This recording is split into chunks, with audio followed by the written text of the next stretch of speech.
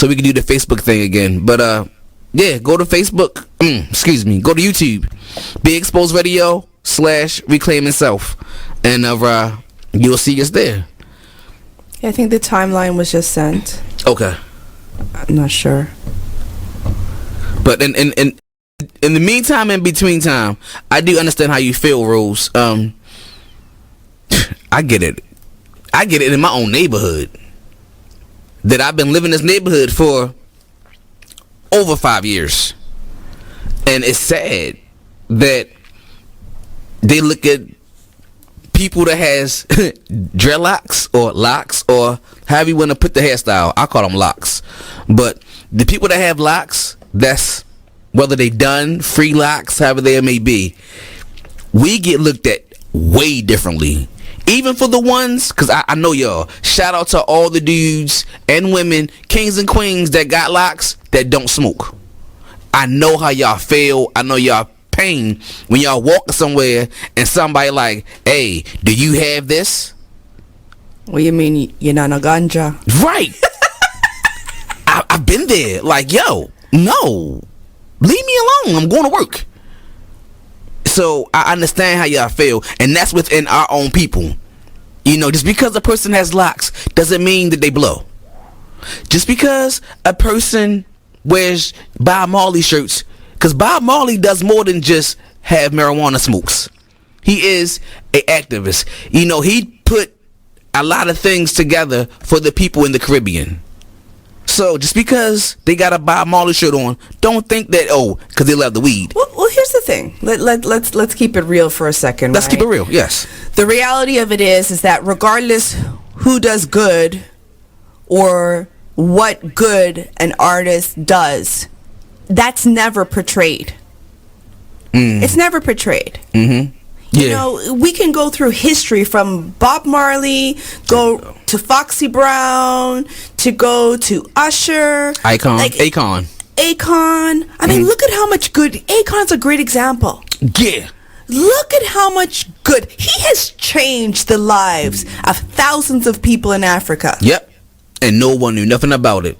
But you will hear more about the discrepancy he had. Oh yeah, he was on stage. He was with Gwen Stefani. Oh, I hear about that one. I'm thinking about the one. Well, this is years ago, right? Uh-huh. But you will hear more about that. You will hear about outbursts of anger much quicker than you'll hear about the good that he does. And that's crazy. Look at how much good Prince did. Yes. Beyonce and Jay-Z, they do a lot of good too. They do, and they do it not for kudos, because there's lots that they do that no one knows about, which is cool. It's not about the kudos, right?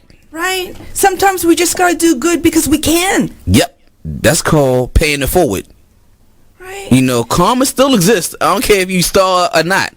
It's still karma. And you put out good juju come back to you.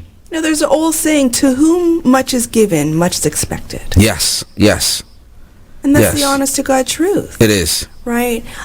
For myself, I'm grateful to be alive. Mm-hmm. I'm grateful for all the things that I've been blessed for in my life. And I made a pact with God a very long time ago, before I even started my ministerial program, because that's another thing a lot of people may not know about me, is that I do carry the title of minister. And I said to God, if you save me from myself, not from anybody else. Listen, yes. Save me from myself. I will to will thy will. I didn't know that phrase back then when I was on my knees crying. But I said, God, help me. Because only God alone could have gotten me to where I was. And I said, God, if you take away this pain, if you help me, if you get me into a better situation, I promise I will return the good. And that's one promise I have always kept. Which is dope. So, as you see, you can stop you also. You can be a big hindrance to yourself. You know, you can also block your blessings. Because of, it happens. Well, we block our blessings by standing in our own way, by allowing our ego to run our lives. Pride is a mother. What? Oh, wow. Mother of all evil. Yes. Right? Because it's the pride that will It's the pride that creates the Frankies. Bong. Okay? It's the pride that will have a young man or a young woman not ask for help even though they know they want it. Yep. And that, because the ego will instill the fear. Mm-hmm. Because when you're aligned with God, or when you're aligned with the trust that all things are working for your good, Mm-hmm. then you're not afraid. You're not afraid to take a chance. You know, and you know whatever is happening, it can be resolved.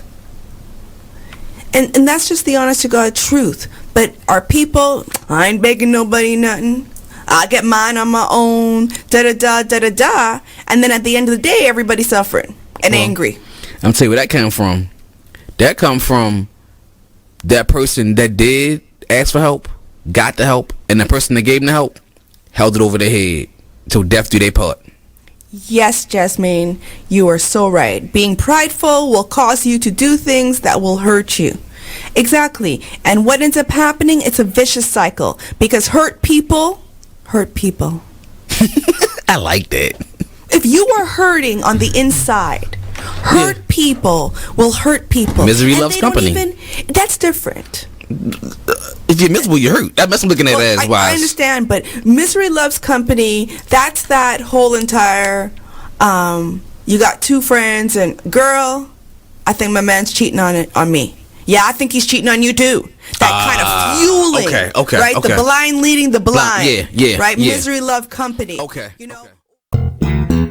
Artist Exchange. The Artist Exchange. The Artist Exchange. The Artist Exchange. The Artist Exchange. Artist Exchange Live. The Artist Exchange. The Artist Exchange. The Artist Exchange. Starts now.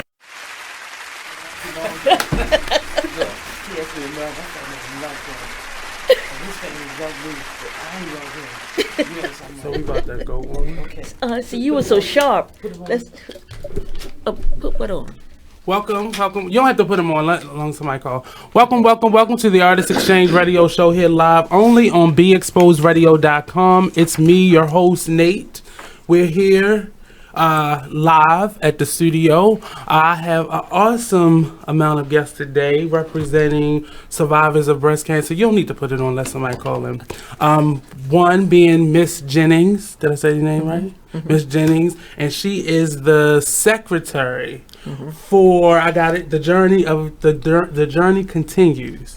So I was trying to get it right, but I messed it up a little bit. So the Journey Continues is the organization for women surviving breast cancer and those who have been newly diagnosed, helping them to get through the rough spots and is life after and life during, actually. So, and also I can't say former pastor because I only know to call her Pastor Travis, but Dr.Ruth Travis, newly retired pastor from the AME Church. She's joined us today, and I'm so happy. I've been trying to get her on here since I started, but no timing like God's timing. So That's right. I'll jump out there. So Pastor Travis, let us know who you are, and I'll put the mic over there. Let us know who you are and what you bring to the table today. Good evening. My name is Ruth Travis, and I'm one of the founding members of this organization, The Journey Continues. Okay. We started with 14 women in my living room, and we now have about 35 in the group and more still coming, newly diagnosed. And this support group is earmarked pretty much for African American women who are breast cancer survivors. Okay. And that's one of the major reasons why I retired from pastoring.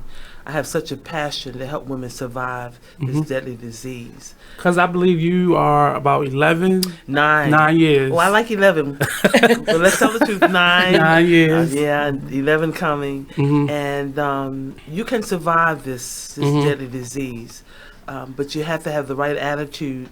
And I'm also the advocate for our group. I'll be going to a summit on June the 19th and 20th in Washington, D.C. Okay. They will deal with disparity among for African American women who are breast cancer survivors. So I want to be there to ask questions and to find out what's going on.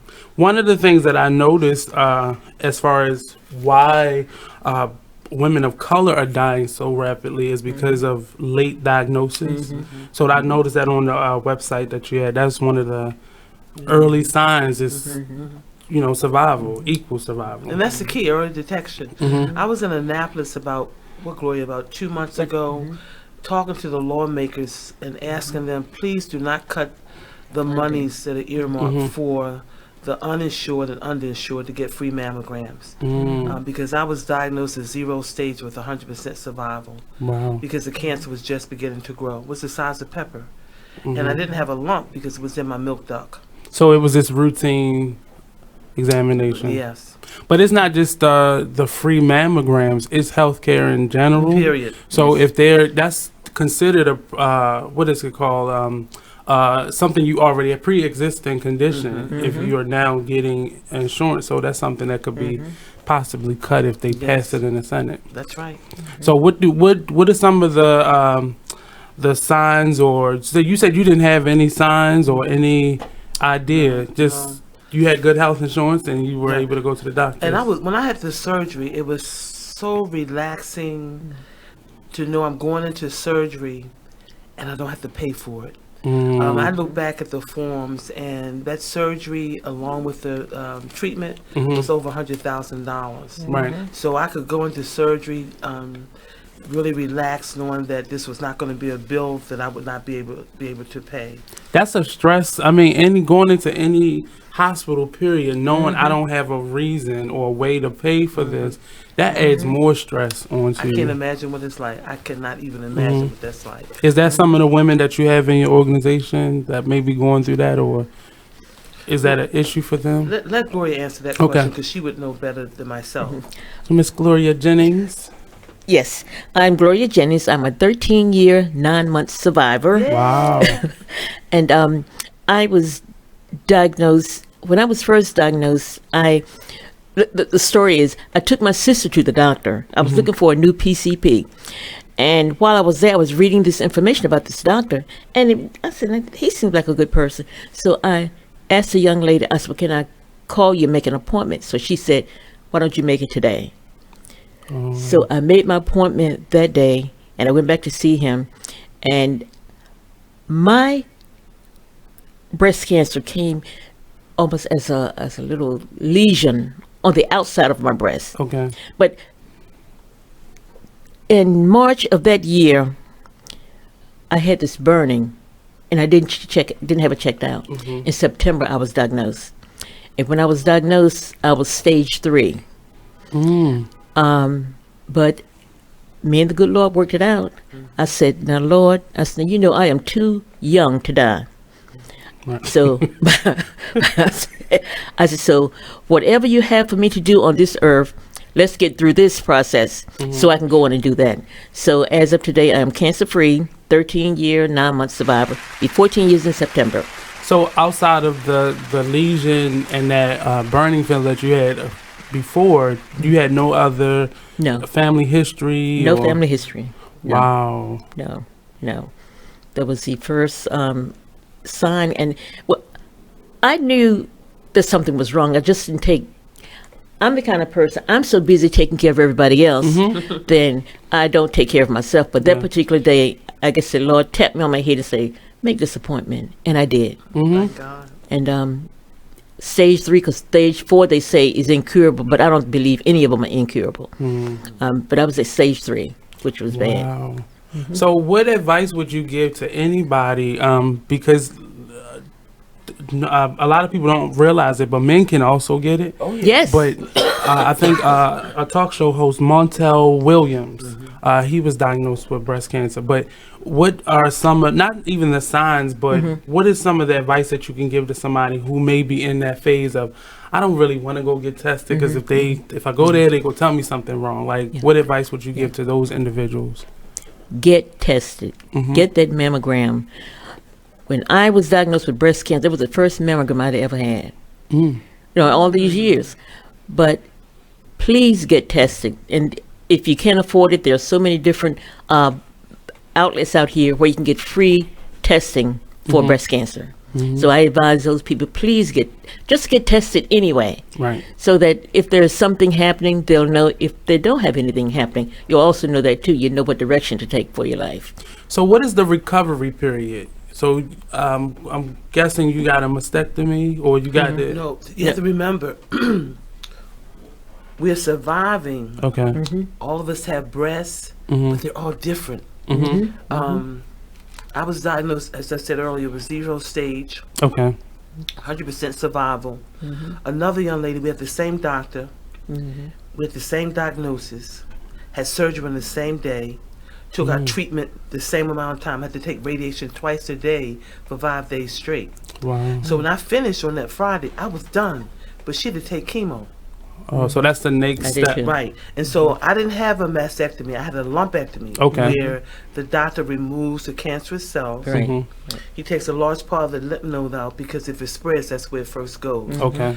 I was put on this called mammoth target radiation. The first week, lumpectomy. The second week, they put a balloon in my breast.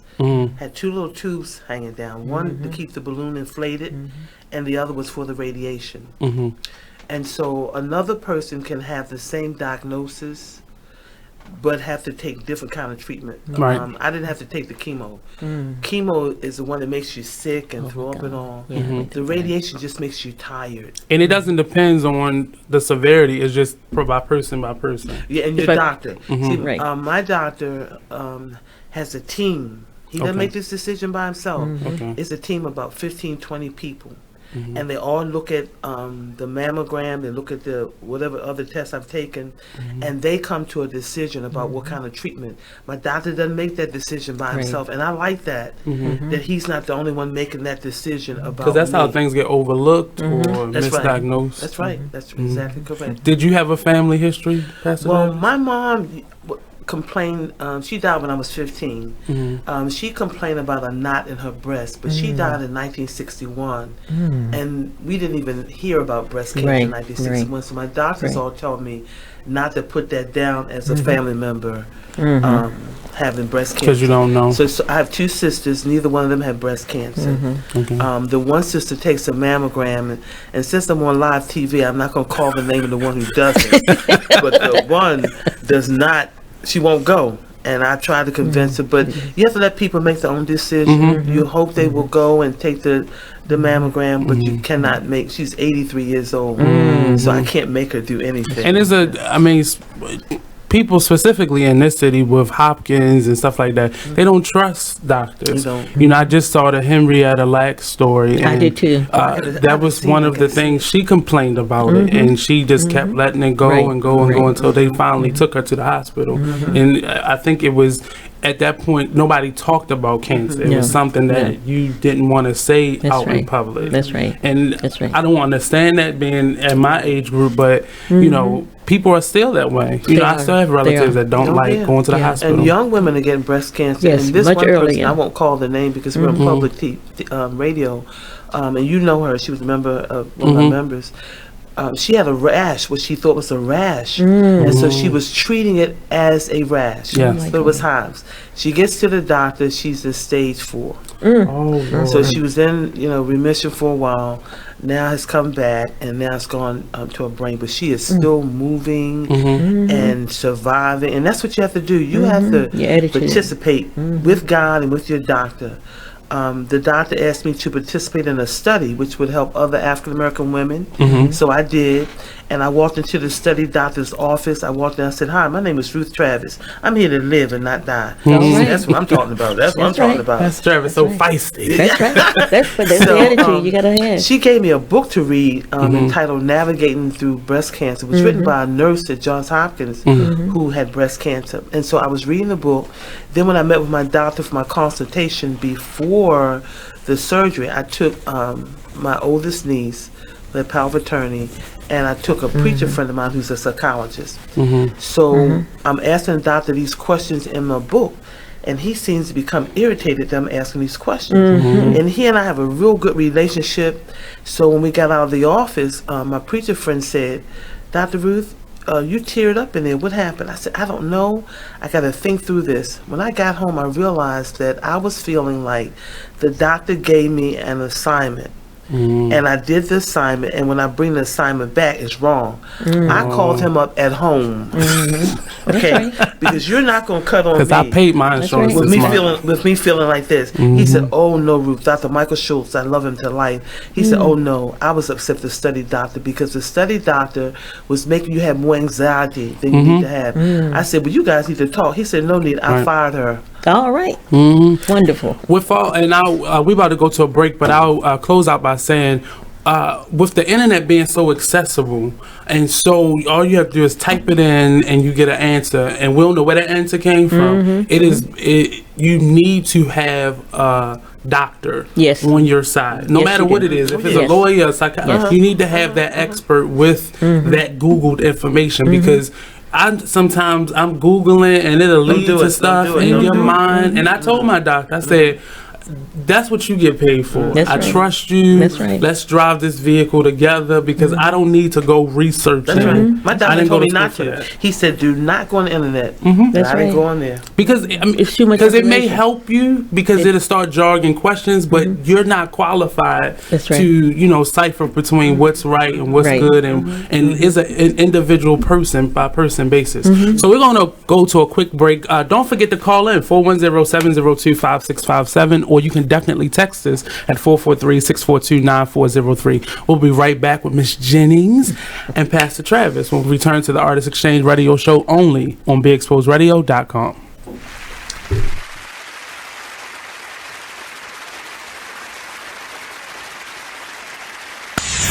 We're rewarding you for something you already do, listening to us. It's Radio Loyalty, and it's an easy way for you to get free stuff. All you do is sign up. Go ahead and click the banner now. You'll earn points as you listen. Points you can trade in for great products and services in the Radio Loyalty store. You can earn even more points when you share your favorite station with friends on Facebook and Twitter. Radio Loyalty. It's free to sign up, so click the banner to join now. Whoa. The moment my son saw a redwood tree. It's huge! Is the moment I knew that for him, You can't even see the top of that thing! even the sky has no limit. There are some moments only the forest can inspire. Find yours at discovertheforest.org. Learn about forests near you and discover cool things to do when you go. Your moment is out there. Find it at discovertheforest.org. Brought to you by the U.S. Forest Service and the Ad Council. There's a rumor going around that Tyler Perry and Oprah are beefing. Well, let me tell you about this. Tyler, okay, told Oprah, "Bitch, if you don't have my money, we're going to have a problem." Ooh. Oprah said, "What is the problem?" Ooh. You said if I don't have your money, there was going to be a problem. So Oprah is standing her ground like, bitch, I'm in charge. You may have a $250 million studio over there that you film all your shows and movies and stuff on, but I have the empire. That's what Oprah said. Oh, these are her exact words. Allegedly. I made this up. But allegedly. I made it all up.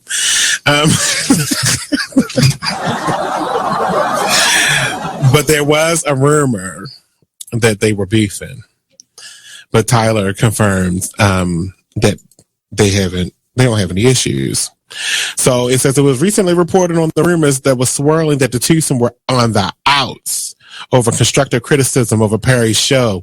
Well, I got some constructive criticism, and we can be on the outs, Tyler, and I don't give a damn, because I'm going to make a promo out of this anyway and share it to your page. I need the scenes on Have and Have Nots to be like 5% shorter, each one. I want you to watch an episode of The Young and the Restless, because this is supposed to be a soap opera. No one's dialogue on The Young and the Restless is like this. You don't have to talk about the random plant in the corner for 25 minutes on one damn scene. They talk about random plants. It was a blood stain on the floor for 5 episodes. I can't take it. We need to kick this up. I'm sorry. I love the Have and the Have Nots, and I continue to watch it in its 5th season, but I get so mad when I can go get myself a glass of water and come back and he had just started the next sentence in his first paragraph. I can't stand it.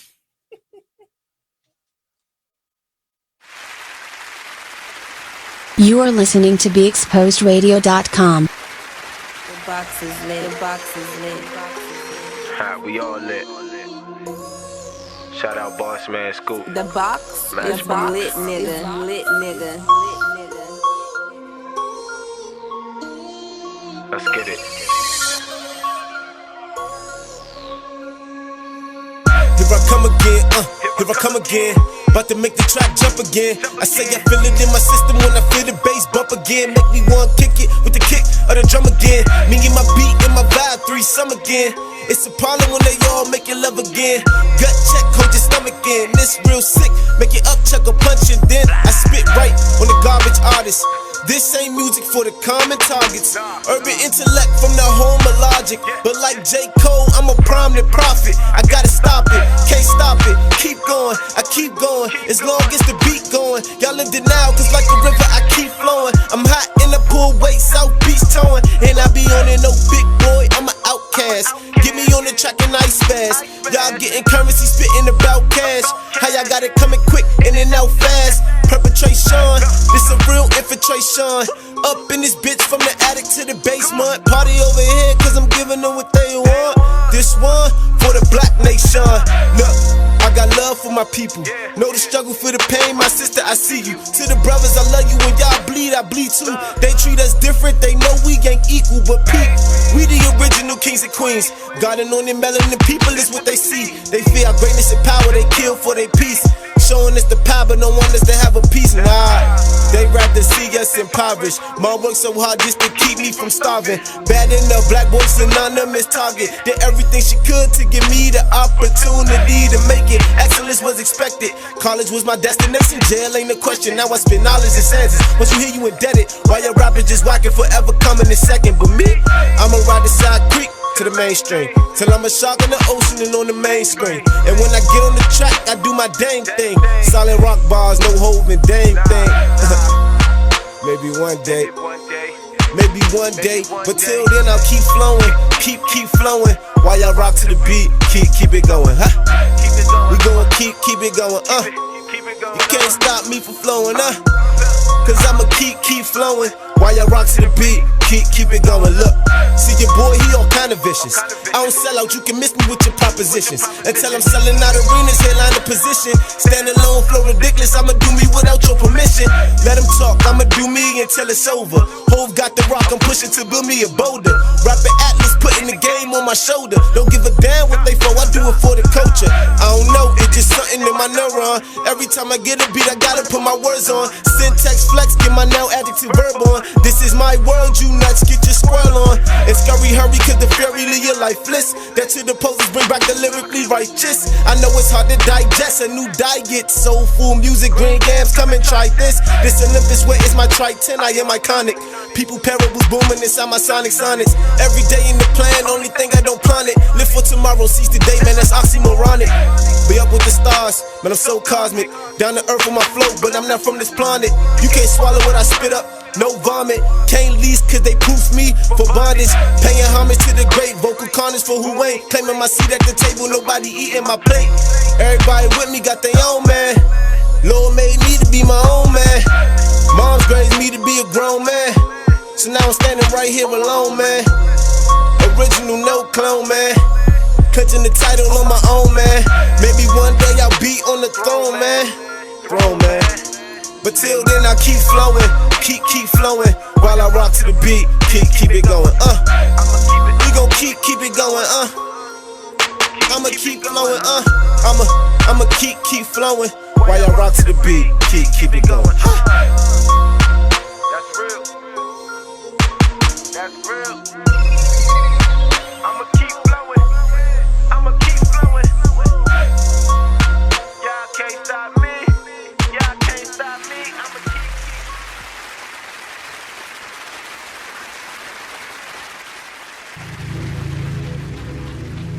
It is not death most people are afraid of. It is getting to the end of life only to realize that you never truly lived. There was a study done, a hospital study, on 100 elderly people facing death close to their last breath. They were asked to reflect about their life's biggest regret. Nearly all of them said they regretted not the things they did, but the things they didn't do. The risks they never took, the dreams they didn't pursue. I ask you, will your last words be, if only I hit, hey, you, wake up. Why do you exist?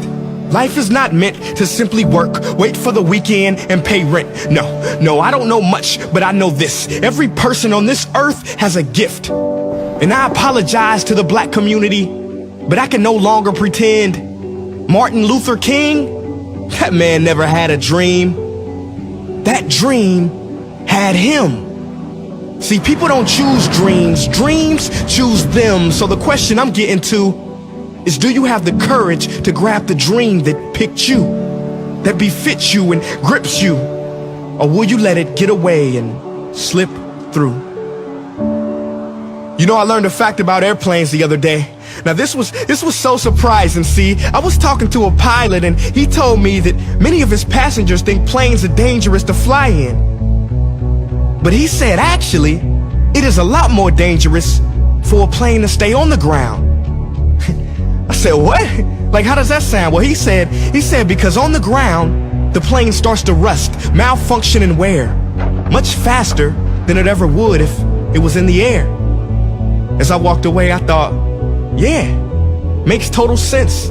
Because planes were built to live in the skies. And every person was built to live out the dream they have inside.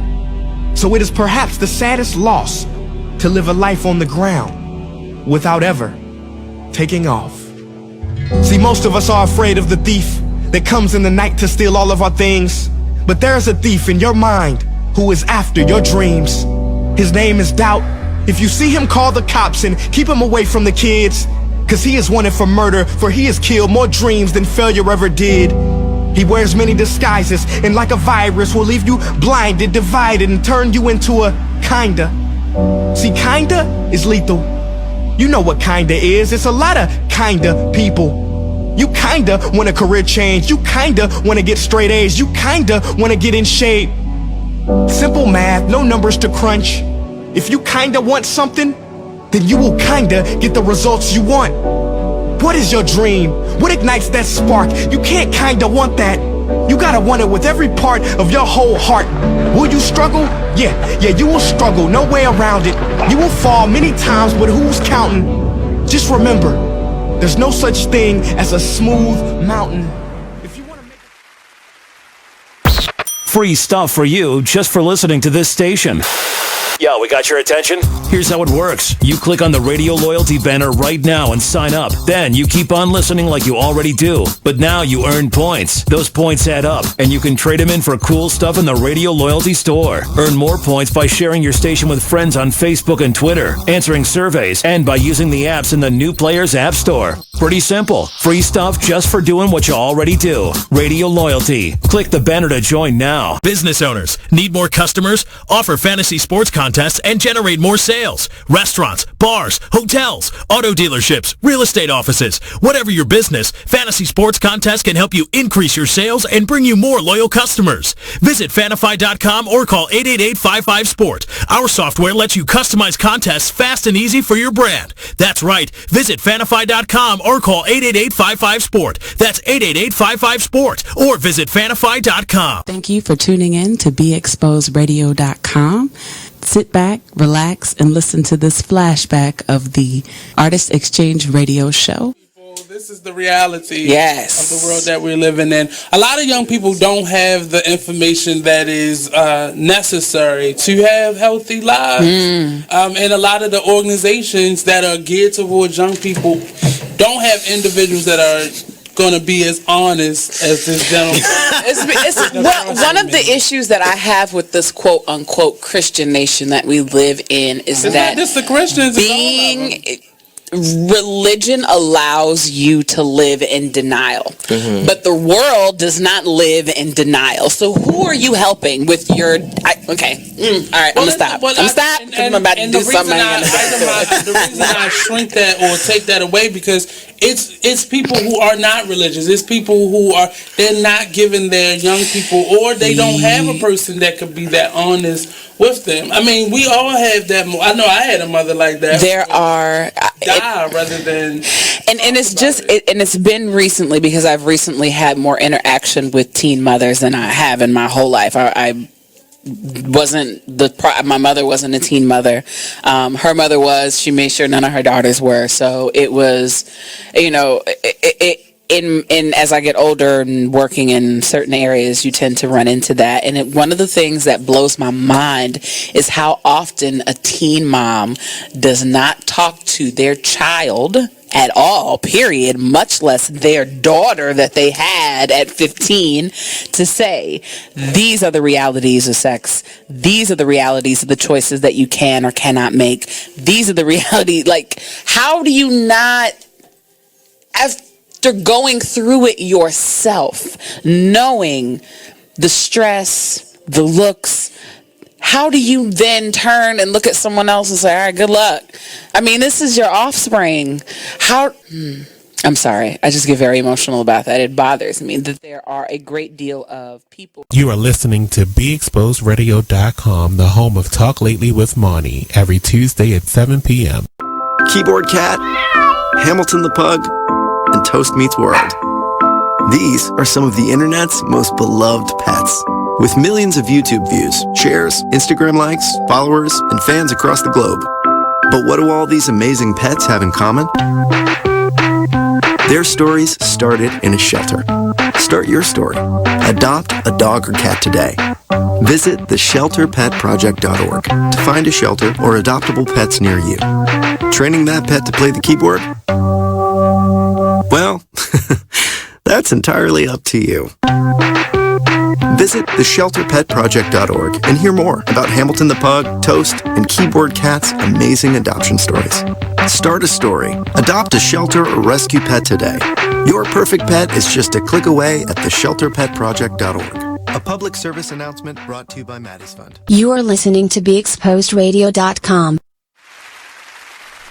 Welcome back. This is Nate, host of the Artist Exchange Radio Show. My co-host Damonn is not here today. He'll be joining us next week. We also won't be here tomorrow on Saturday. There's some construction going on, so we won't be here. So we'll be here in spirit. We'll actually be at the festival in Patterson Park.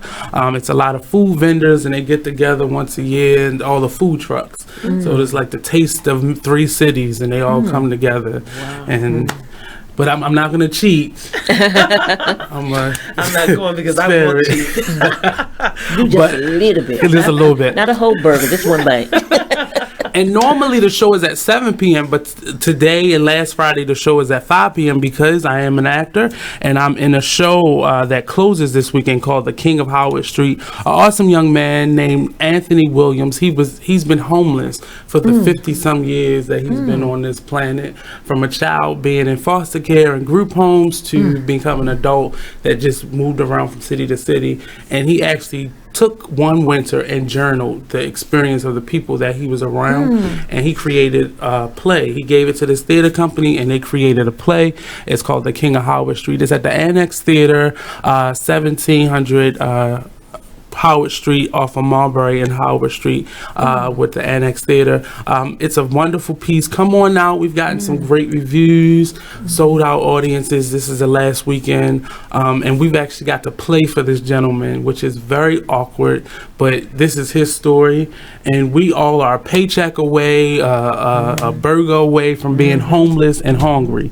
So you definitely seize the opportunity to say thank you for the things that you have, and we can create a list of the things that we don't have. But just seeing and hearing the stories, just being an actor and reading the lines and reciting the lines of these people, like they eating nothing, going days, and we walk past. And the hurtful part was, I've walked past this man before. And if you see him, you've probably seen Anthony. He has these big hoop earrings in one ear, and you've probably seen him along if you've ever been in this Howard Street corridor. And it hurt me to know that I walked past this man and I had the ability to bring his story to an evergreen and do a play about him and or bring him somewhere. And it hurt me. How many people do you walk past and you disregard? That's right. You know, those people that are on the byways and highways just asking for change. How many of us just keep moving and without, and you can't give everything to everybody, but how many times have you walked past somebody with a story like the King of Howard Street? And I'm an artist, I could have helped him, and that you know makes my heart melt a little bit to know I've walked past this man for several. I used to work along Howard Street, so just watch who you walk past, watch who you make invisible, because that could be a person that you can be a blessing to, and it can return be a blessing to you, because this story is paying me right now, so you just never know. And that make me extra sad because I've walked past this man so much. But enough about me. I have two young ladies here representing The Journey Continues. It's an organization that helps women. It's basically a self-help group, support group that help women who have been survivors and are survivors and will be survivors of breast cancer. It's called The Journey Continues. You can go to thejourneycontinues.com and get a lot of information. Their vision is to create and facilitate a breast cancer platform within diverse and minority communities through care, comfort, advocacy, resources, and education. And we can go through real quick and just what those things mean. Comfort, a circle of life support group, bosom buddies, hey sis, strengthen your sister, hey SYS, that's what that means. Yes. Strengthen your sisters. Advocacy is encouraging elected officials, engage the community, ensure accountability. Resources, the R, referral services, peer mentoring, healthy you, get tested, get help. Education, the E, patient empowerment, community consortium. Oh, there we go, because that word just went out. And organizational outreach, comfort, care. So speak on what you want to do with this organization. The Journey Continues. What are you doing on a daily basis, on a routine basis, to continue to help women? Because both of you are survivors of cancer. I think you said how many? 13 years. 13 years, 13 years, 9 and 9 years and counting. Yes. And so, women who are newly diagnosed, it's like the weight of the world is now on their shoulders. So, what is life after and during treatment and after treatment? I always tell women, you have to create your own journey per se. Based on your given circumstances. That's right. And you know me, I'm always excited about life. And I said earlier, that was the real reason why I retired from pastoring. I pastored for 30 years. The passion to pastor last month was gone, yes. But the passion to be a breast cancer advocate, each morning I went to bed with that passion, and I woke up with it, and I said, I got to do something. So I'm working on a pink house. The pink house. The pink house, a place where women can come and spend the day. I'm going to refinish my basement. Okay. The Lord has blessed me with a nice home. Refinish the basement. Beautiful. And I can do like a one-day retreat.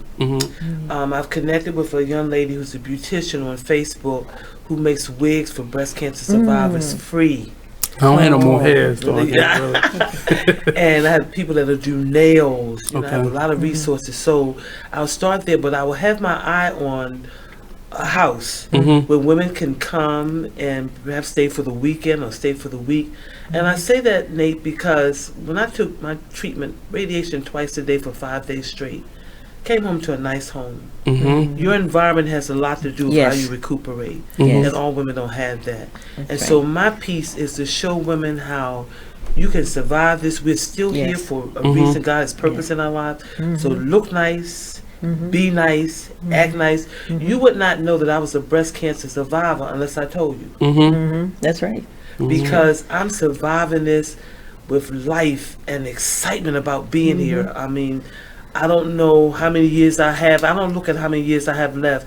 I look at what I have right now. And if I can make another sister happy and enjoy this survival. These 9 years have been wonderful for me. I never had any pain with the surgery, any of that. But just knowing that we're surviving a life-threatening disease that doesn't have a cure, you have to give credit to God. Absolutely. You have to give credit to your doctor, and you need to participate in this with them. Yes. So The joy of it. Right, of surviving. I'm loving life. My theme song is living my life like it's golden.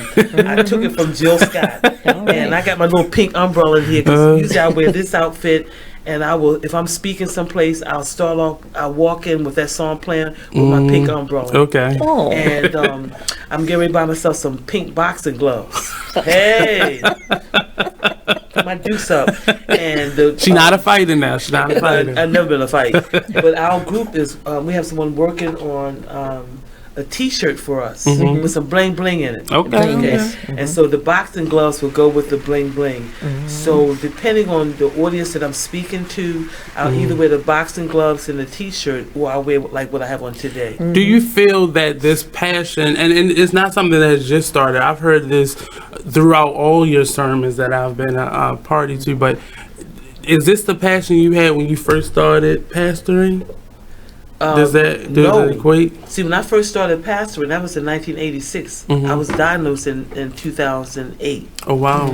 So when I first started pastoring, the passion was to pastor the people of God. And after 30 years, I started losing that passion. So I see the breast cancer advocate, I see the Pink House as still doing ministry, extended ministry. It's just another kind. If I had tried to do this and remain in a pulpit, I'm locked behind that podium. I'm only reaching the people I see every Sunday.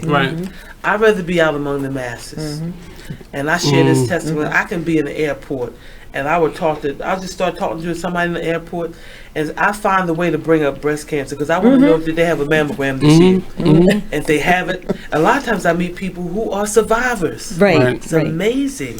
So I have a passion for this, and I know that I need resources, and God's going to bring the people into my circle that I need. Now, the Pink House is separate from the Journey Continues. But I'm putting together a breast cancer calendar that will feature all my sisters in our support group.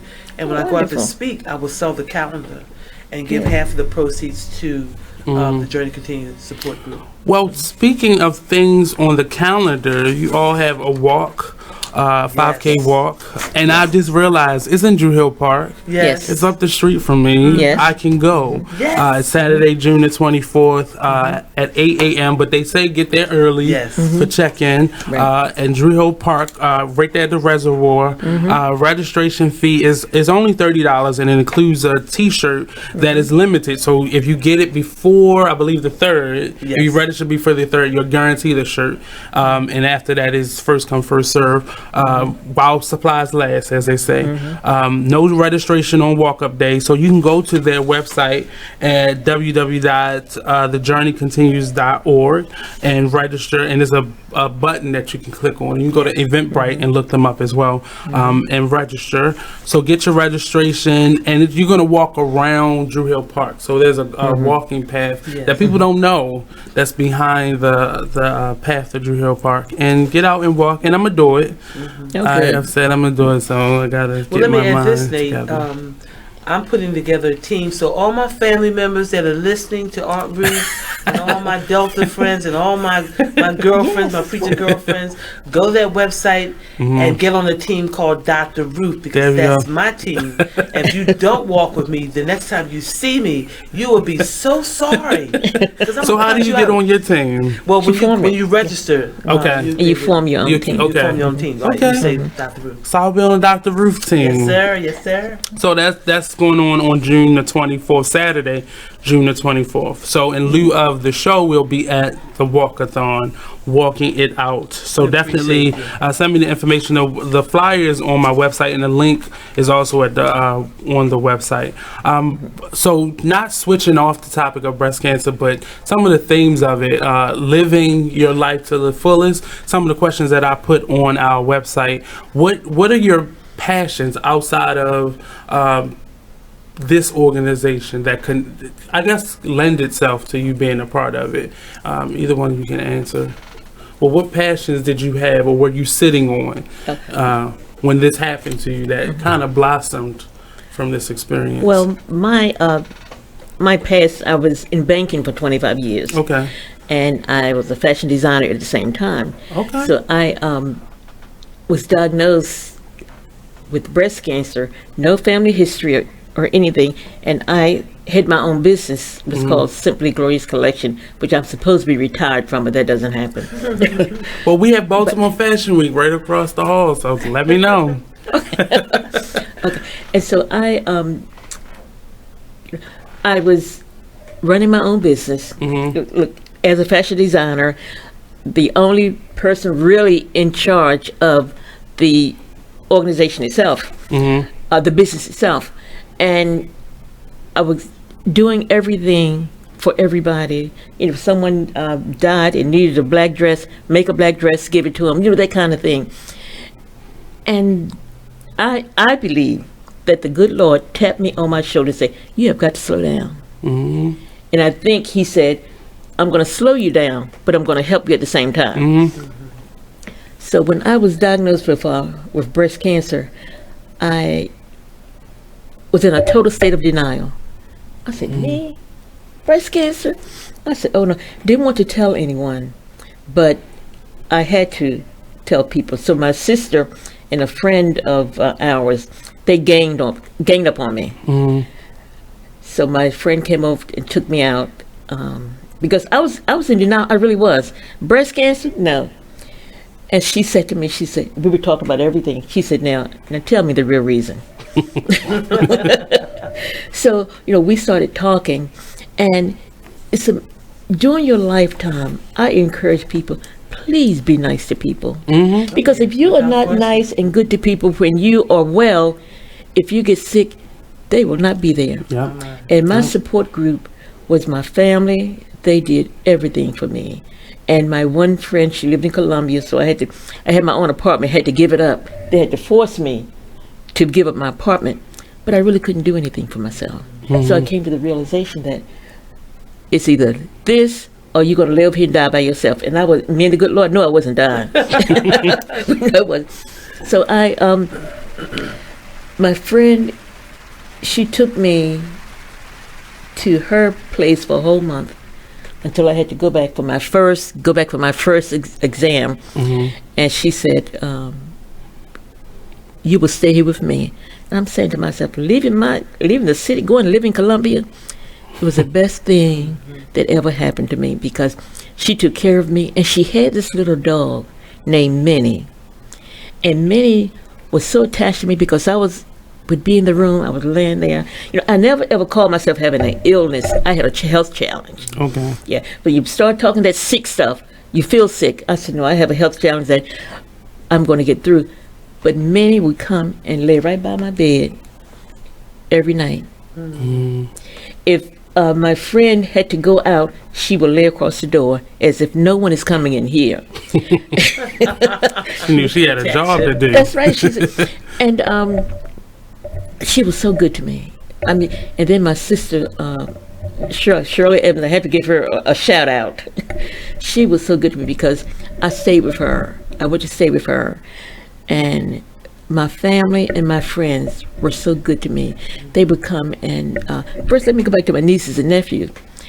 They gave me a certificate with they all signed that they would give me at least 2 hours a day. And it was about 21 of them. They would come over, clean my house, come over, fix food, bring me food, go to the store, all kinds of things. But that was because I was good to them. People are not going to do things for you if they know you're going to be evil and ugly. No, I knew that I needed people then, and I felt that I had invested enough in people that someone would want to be supportive of me.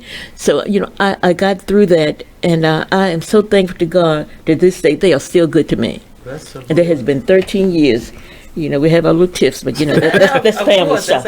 I'm going to get to Pastor Travis when we come back from this break. We got to take a break, pay some bills. We'll be right back here on the Artist Exchange Radio Show, only on BeExposedRadio.com. All right. Can you pay? name is Ruth Rusi. I'm a retired teacher. I'm 91 years old, and this is how I live united. I say retired, but not really. Once a week, I read books to children as part of United Way's education program. Reading to a child creates links between language and literacy. It creates a bond between grown-up and child. And believe it or not, it prepares them for a better academic future. Oh, we read about frogs and flies and pigs with wings, all sorts of juicy stuff. It's a joy to watch all those little faces.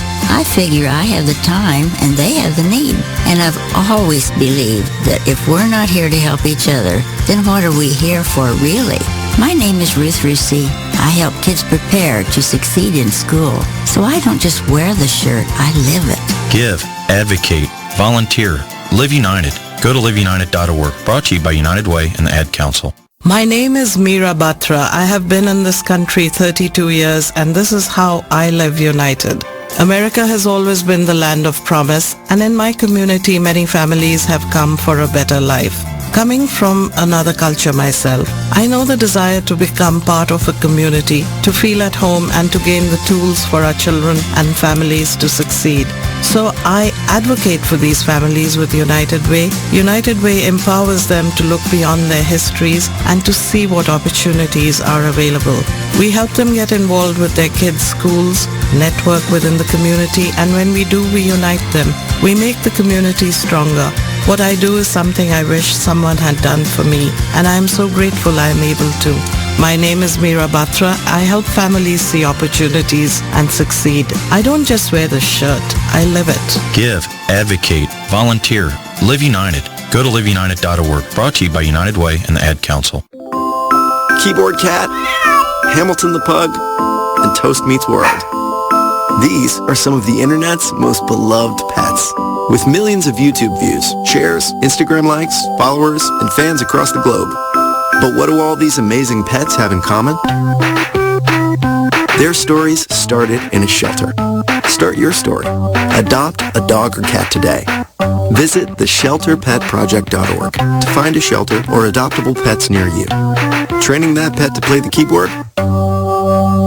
Well, that's entirely up to you.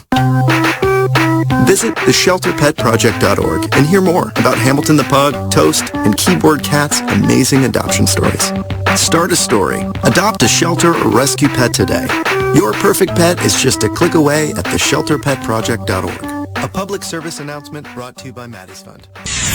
We're rewarding you for something you already do, listening to us. It's radio loyalty, and it's an easy way for you to get free stuff. All you do is sign up. Go ahead and click the banner now. You'll earn points as you listen. Points you can trade in for great products and services in the Radio Loyalty store. You can earn even more points when you share your favorite station with friends on Facebook and Twitter. Radio Loyalty. It's free to sign up. You are listening to BeExposedRadio.com. And we don't understand what they're saying. See, I love being around young people. They keep me young. And during the, hey, welcome back to the Artist Exchange Radio Show here live on BeExposedRadio.com. I have in the building two awesome young ladies representing The Journey Continues, a support group for women that are battling with breast cancer and are survivors and are newly diagnosed with breast cancer. And we left off with Miss Jennings telling us what her passion was and how it connected to her diagnosis, and we're moving over to Pastor Travis now and her yearning to teach the youth, the millennials of the community. Oh yeah, well, I taught high school for 30 years. I was the director of athletics at Lake Clifton, and I have a passion for young people, especially that millennial group. I think the age is like 17 to like 34. Okay, just made it because that group is missing in a lot of churches. Yes. And during almost all of my pastoral career, I tried to connect that Joshua generation along with the Moses generation, and so I still have that passion because the millennials, they have it right. They may not say it as a seasoned people think they should say it. They may not do it the way they think they should do it. That's right. But they got my support. I want to be a surrogate aunt So I'm behind them. I'm not telling them what to do, but I'm That's right. behind them because every now and then I may have to kind of pull them over That's a little right. bit. But that's a group that I just love, and Me I too. enjoy talking to them. I have to preach for a church on this coming Sunday, for a youth emphasis Sunday, and I accepted the invitation, and I've been struggling with this word. I'm like, why did I accept this invitation? But I know I have something to say to them, so I got all my props together. I've talked to younger people, or millennials, who have helped me in the use of the language, because I don't want to be using language that's antiquated. I want to be down with it. You understand? You know, I want to be down, and so that was my passion before the diagnosis, and it's still my passion after the diagnosis, because that millennial group, they're missing in a lot of churches. Yes. As a member of that millennial group, I'll and I can't speak for everybody, but I know amongst my friends, it is from that 18 to, I'll say like 21 to maybe 35. A lot of the things that you did not get in your foundation building process, from 0 to say 18 to 20, you are living in the result of that. That's right. So if you didn't get compassion, if you didn't get financial literacy, you are living in those things now. You're making the mistakes.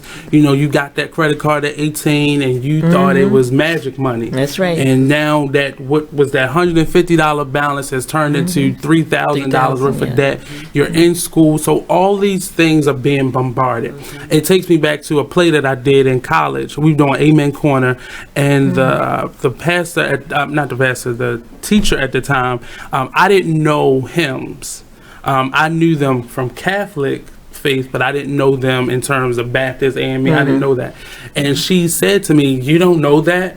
And in that moment, I was embarrassed because I didn't. She's judgmental. But one of the other gentlemen, who was an older gentleman that was there, he said, "It took you how many years to learn that hymn?" This man just picked up that piece of paper. So you have to give him that same amount of time, if not more, to learn what it took you how many years to get. And I think a lot of us are rebelling against what we were taught, and we see now, oh, that pastor wasn't so crispy clean, and or this person wasn't, and things are being revealed to us that are hurting our feelings. And you're seeing the realization of, or the reality of what life really is, without that veil of ignorance over your See, face. that's where some of my preacher friends and I part, because well, you know, I talk straight up, because I oftentimes say, I wish somebody had talked to me straight up, instead of making everything so Christian, you know. And y'all, you have brains, you can think, you can see. It's still developing, but like one day in church, I said, it was Mother's Day. I said, well, the only reason why I don't have children is because I didn't get caught. And I saw people dropping their heads. I said, oh, excuse me. Excuse me.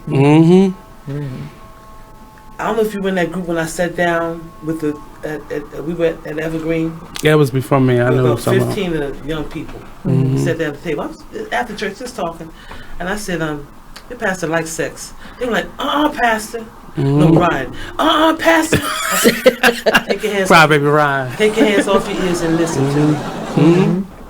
I wish I was a virgin, but I'm not. And I'm not going to sit here and lie to you. I'm going to tell you the truth. I said, do you know how hard it is for me to send a man home from my house? I had a 2-car garage, especially if he's tall. And if he's short, he's not getting in there, okay? But I dark skin. I talk to them like that, so I take a little bit of edge off. Right. So, and I said to them, I'm in this dating game with you. I'm a single woman. I'm trying to date and live according to the Word of God. Now, have I messed up since I've been a pastor? I said, yes, because I have. That's right. Start telling these young people the truth, because they may act like they don't want to hear the truth, but they really want to hear the truth. They really want to hear it. And we owe you the truth. Right. Yes. So real quick, we're going to get back to the truth. Another quick break. We'll be right back here on the Artist Exchange Radio Show. I hate the breaks, but we got to take it. Gotta pay the So bill. we'll be right back. Don't go anywhere. That's and honestly, that is. Check out this flashback from It Is What It Is radio show. Paul he was chilling, he was doing his thing. Y'all, you feel me? Love y'all family, you know what I'm saying? And like for him to be taken away from you, snatched away from you just like that. You feel me? It's like damn. Another good one gone. You know what I'm saying? Like, why you taking the good? You know what I'm saying? You always end up asking like, why? And like again, it's a lesson that it's a test of faith. You feel me? Gonna take you through these tests. You feel me? You're gonna go through these little phases in life, yo. You know what I'm saying? And at the end of the day, you just gotta recognize that one, it's the adversary trying to knock you off your pivot, and then it's God trying to teach you something. You feel me? Right. Anything that you go through, you gonna get through. It's called going through. You feel me? That's why it's called going through. You going through something. Right. You feel me? Because after you go through it, you get through it. You look back going like, damn, I got that. You feel what I'm saying? For this and more, be sure to tune into BeExposedRadio.com every Friday from 9 o'clock to 11 o'clock p.m. to listen to more of It Is What It Is radio show. Hey everybody, check out what you missed on the one and only Be Inspired radio show. I'm just thankful this year I've dealt with, some growing pains, and I've overcome some things, and I've also, accomplished some things in the process. I've learned some things. Like, I've learned I learned that everybody loves your work until they got to pay for it. That's what That's what I learned. I learned everybody loves what you do. The pay? I mean, not always. Listen, the Bible says money answereth all things. Well, okay, and there is a place. There is a place where finances is necessary. Yeah. And when you got kids and when you got a wife and then you doing everything and you top dog at what you do, especially when you weren't in the same place like with this radio show, you ain't in the same place you were a year ago. Should nobody be coming on the show and not donating to your show? Can you say that on my show? Should nobody be coming to your show? Can you say that in the middle of the live? Yeah, make that a promo, please. Should nobody come on this show without donating? Yes. I don't care if it's $20. Donate. Tune in to Be Inspired every Wednesday live at 7 p.m. right here on BeExposedRadio.com. Free stuff for you just for listening to this station. Yo, we got your attention? Here's how it works. You click on the Radio Loyalty banner right now and sign up. Then you keep on listening like you already do. But now you earn points. Those points add up, and you can trade them in for cool stuff in the Radio Loyalty store. Earn more points by sharing your station with friends on Facebook and Twitter, answering surveys, and by using the apps in the New Players App Store. Pretty simple. Free stuff just for doing what you already do. Radio Loyalty. Click the banner to join now.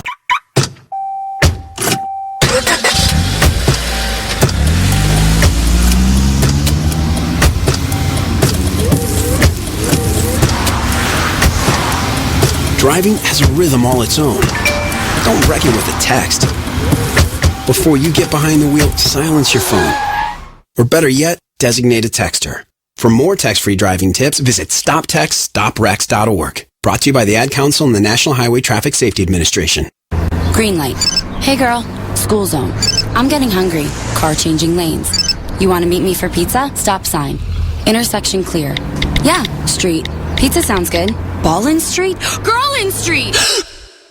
It's hard to concentrate on two things at once, like texting and driving. Stop the text, stop the wrecks. How will you stop texting and driving? Tell us at StopTextStopWrecks.org. Brought to you by the National Highway Traffic Safety Administration and the Ad Council. You are listening to BeExposedRadio.com. Always, we don't live in a perfect world. No. Temptation is something that, the first time you hungry, you go eat that thing that's not good for you because you're hungry. So you got to understand, maybe I got to be patient and wait for the thing that is best for me before I eat this, or, just using that as an analogy. But young people are really at a standstill right now because we see what the problem is. We just don't know what to do about it. And we're going with our gut instinct. That's right. In our generation... I'm sorry. Got me to hear you. We back. Go ahead. And our generation, I won't say older, the more seasoned generation, we have the experience over 30 and 40 years. But we are not imparting that information to the young people. Right. Because... And that's where the gap is. We have got to come together and stop getting on TV and radio and talking all this beautiful stuff and not doing anything about it. That's the thing about it. I was watching Roland Martin. But no action. Yes, absolutely. I was watching Roland Martin. They had the Urban League people up there. They were talking all of this wonderful stuff that I heard them talk before. I understood it, but a millennium don't understand what they're talking about. Right. So we have to be in a position where we break this information down to these young people, let them know, no, we were not perfect, but we had an opportunity to take advantage of thus and so. Now we want to pass this on to you. And we're not here trying to tell you what to do, but we have to do a compromise sometime. But just say that I am here to tell you what to do. Like, start from the basis. But I'm not going to be judgmental. Judgmental, that's right. That's the part that's missing. If we take away being judgmental, yes, then that millennial group will open up more. Yes. You know? But if you're coming off like you're so holy and you've never done anything wrong, no, I've never do that. I tell the truth. Me too. And I always tell the young people, I'm not proud of some things I've done because I should have gone to federal prison. Okay, twice. Twice. Not Pastor Travis in the church. I was gonna be wearing orange jumpsuit with no earrings. And you never see me without earrings on, and I don't really like orange. Okay, but and I share those situations with them. That's right. Because I want them to know, I'm Reverend Doctor now. That's right. Yeah. But what I had to get cleaned up. That's and right. God was gracious enough absolutely to allow me to get my little self together to serve Him. And so, no, you don't have to be perfect. And some of my preacher friends, I love them dearly, but they know we go at it about a lot of little issues because they just think I share too much, and I don't think I share too much. I'm going to keep sharing my story. But how am I supposed to connect with the messenger? That's right. And get the message if I'm being told a lie. That's right. You're just teaching me at that point. You're not instructing me. You're not giving me any guidance. If I don't see, and I think it's certain things. It's like this as parents. It's certain things that I don't need to know about my mother and father. It's just I don't need to know. But there are things, in my family. There's an addiction issue, and I don't do drugs. I don't smoke because I know that gene is in me. I saw the patterns, and I won't touch it because I know all it's going to take is one comfortable night, and it's going to be. But we need to know those things. You can't hide why Uncle Larry really died. You can't hide from us that these two guys that live together, they're not friends. They live together because we're running from things that are uncomfortable to us and don't match up to what the law of the Lord says. You have people falling into traps constantly and struggling through things that they don't have to struggle through. Right. Yes. Because you didn't do well with your finances. You did not think to put your child in situations where they learned finances. So now both generations have issues with money. And for nothing. So I can't help you. You can't help me. And another thing too, our generation, me and Dr. Travis, we are, many of us, not me or not her, are reluctant to change. Yes. Change is such a challenge. I love fear. Yeah, I love to be around. That's one reason why I love being around young people, because I talk to them and I don't sugarcoat things with them. Whatever we talk about, then I'm open with them about it. Right. And letting them know you don't have to travel down this same path. Right. We are here to help you, map out a different path for yourself. A lot of people years ago, back from the 60s, they have parents that were on drugs and everything. You don't have to do that. So it is up to our generation to help them see that. We can't sit there and say, your mother was a drug addict. So what?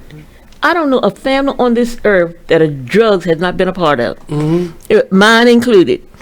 And we can't, are we going to, just hold that over people's heads? You can't do that. No, we shouldn't do that.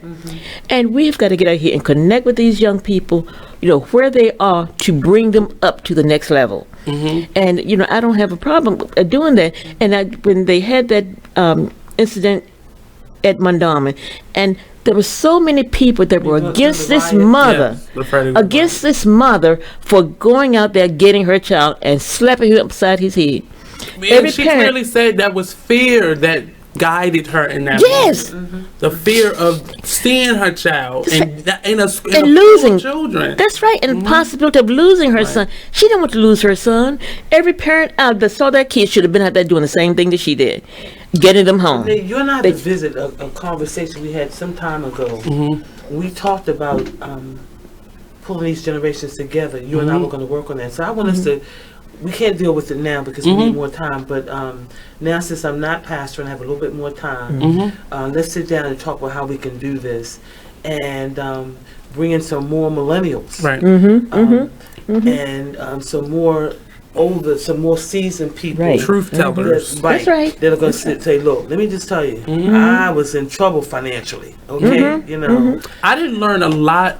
Like me and my mother were distant in terms of our relationship, but she had a stroke, and that was the first time she was ever honest with me. And I think because she was at like her most vulnerable spot, and what else could happen to me in this moment, and I appreciated I that. was fearful of death as well. And I saw that, but the honesty of it all, and it just takes people being honest. It just tell people the truth, even if it's not your child, even if it's your congregation. Tell them the truth of what's going on. People are more open to accepting your truth. They may not like it, they may not like absolutely, but they'll understand it more if it's not, piled with a bunch of misconceptions and fakeness. That's what people. I think honestly, that's what people really.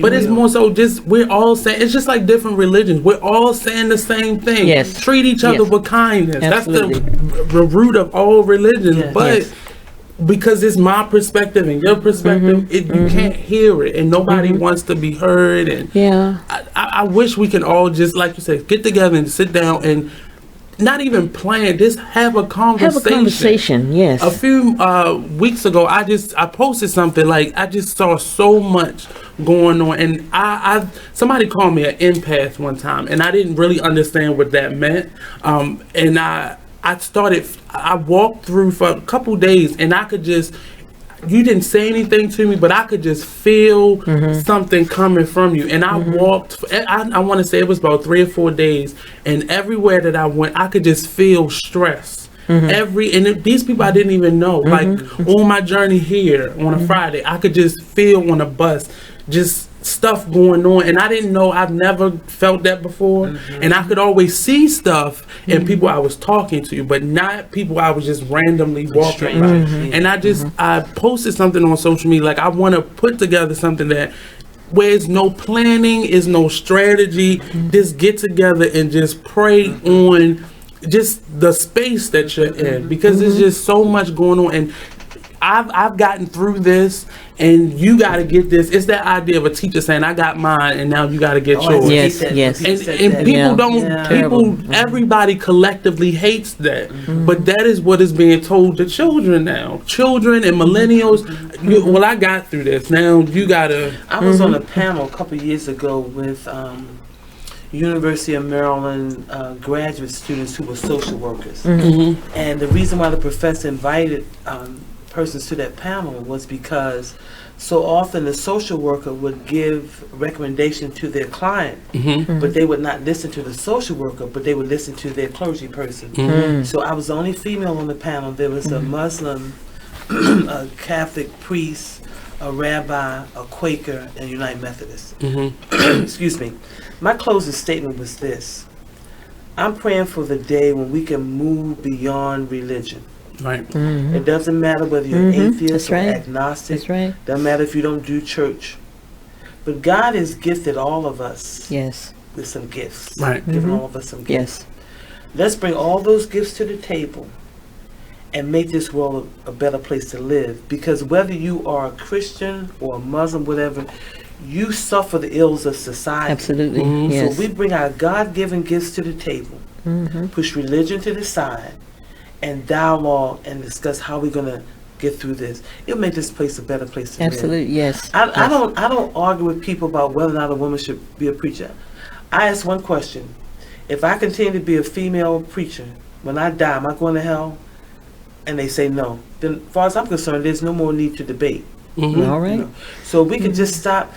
Baltimore City could be a better place if the East Side pastors come together with the West Side pastors, but that viaduct divides. Is it that serious? That's serious. And see, as a parishioner, you don't even see that. You don't see that.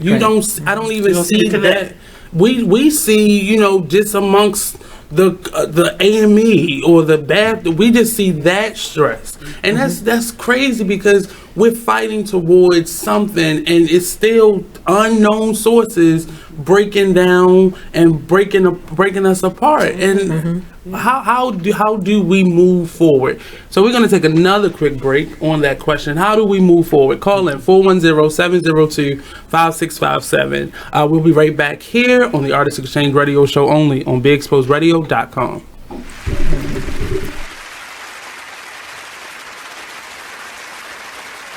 Well, Jason, I've got to tell you, you're pretty much everything this company is looking for in an entry-level candidate. Great. Your resume isn't quite what we're used to, but you've got a fantastic work ethic. Thank you. And I'm impressed by how you carry yourself. So, should we talk about the job?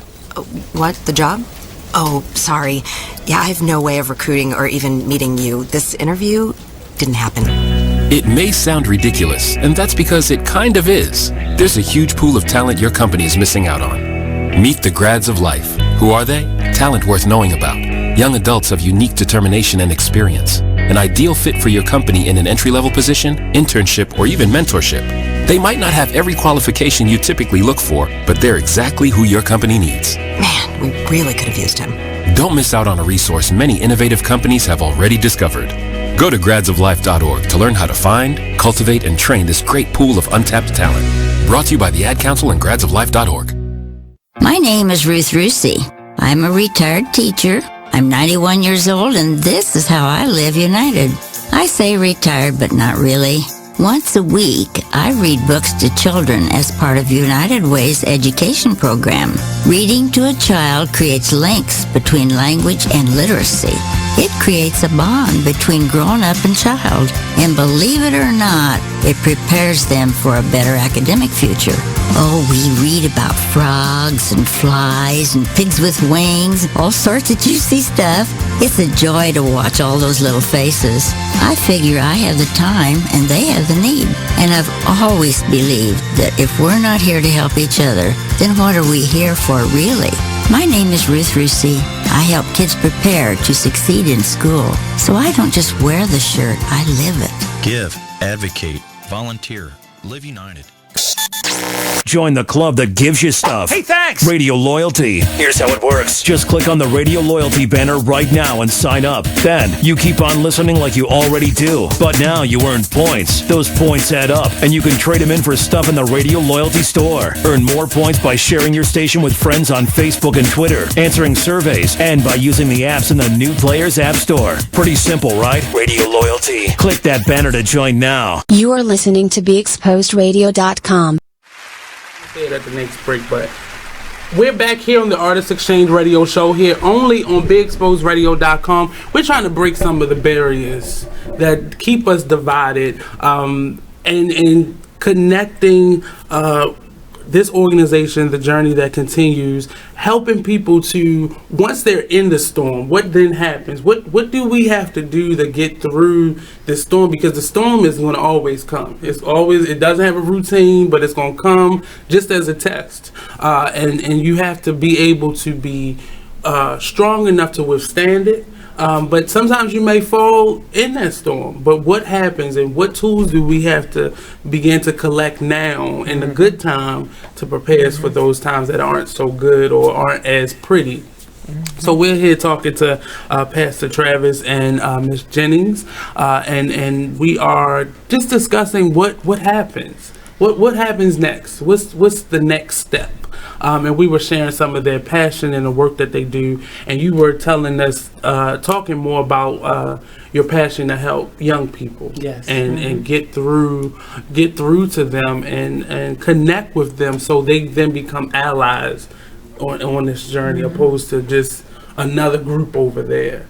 So I think you brought up Sandtown on the break. And I brought Sandtown up because the day after the riots, I had been invited to speak at Notre Dame.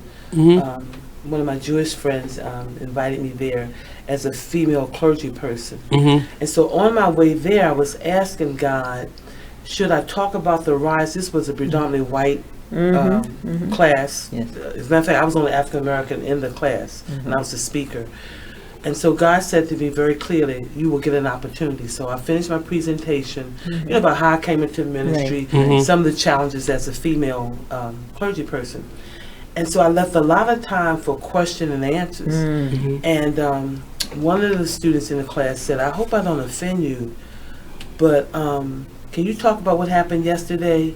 But there was my open door. And I said to the class, perhaps I will become a little teary-eyed because I grew up in Sandtown. I grew up 5 minutes away from where Freddie Gray lived. Winchester. And so I said, you want to know how? She said, but you have a doctorate degree and you're so successful. How did you make it out? I said, I had a ladder. All right. There were people in my community who never saw the insides of a college, but encouraged me to go. I said, Sandtown does not have any ladders at all, so there's no way out. And so I said, but I'm calling together during the Christmas holiday, about 15 of my friends, who all of us grew up in Sandtown, we made it out. I wrote I called the councilman's office and said, and left a message that I was going to pull this group together, invited him to come and be with us so he could give us some input as to what we should try to do in Sandtown. I never got a response. And about 15 people came over, had a wonderful time. I said, I'm going to try again. So I went down during the Christmas holiday. I bought coats and toys for the kids. I went down to give them out. And he was there. It's fine. It's just my bag there. So I went over to him and I told him that I had sent a biographic sketch of myself so he would know something about me. His response to me was, who did you talk to? And I said, that's not important. Isn't that the important thing is that I reached out to you, but you never reached back to me. I said, but it's okay. I still have to get back to that group because I was working with a guy, Eddie. He was a Black Panther. He was incarcerated for 45 years. And he's right down the street at the Real News Network. Right. I got to get in touch with him again. He's an activist in that community, so that's who that's who will be my contact person. But I said all that to say that as you survive this deadly disease, you need to find another cause for the reason for survival.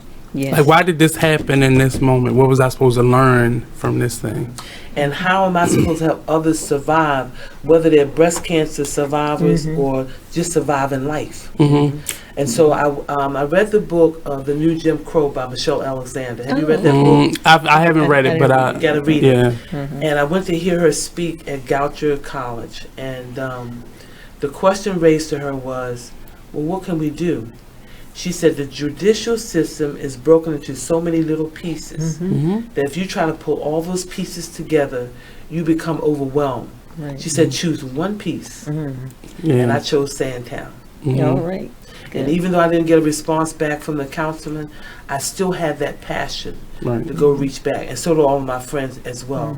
So I find that for me, it's easier to survive this life-threatening disease when I'm helping somebody else. Because you found your purpose. Found my purpose. So your life post versus pre-diagnosis, what changed in that process?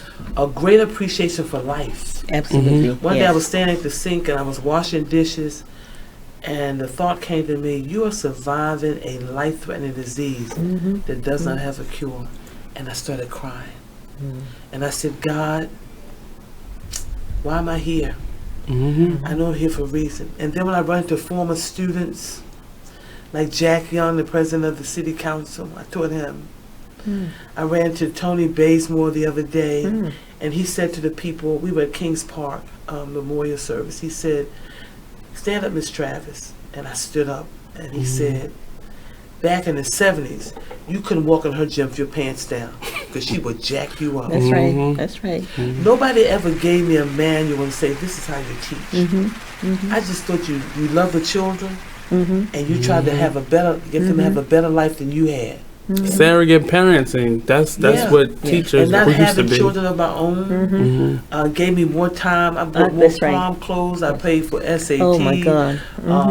I mean, I love my students. I'm working on having some kind of a luncheon or something where they all come, so I can sit and look at them and they can tell me what they're doing with their lives now. And what I say to them when they talk about how much I influence their lives, I said, what I want you to do is reach out to another young person.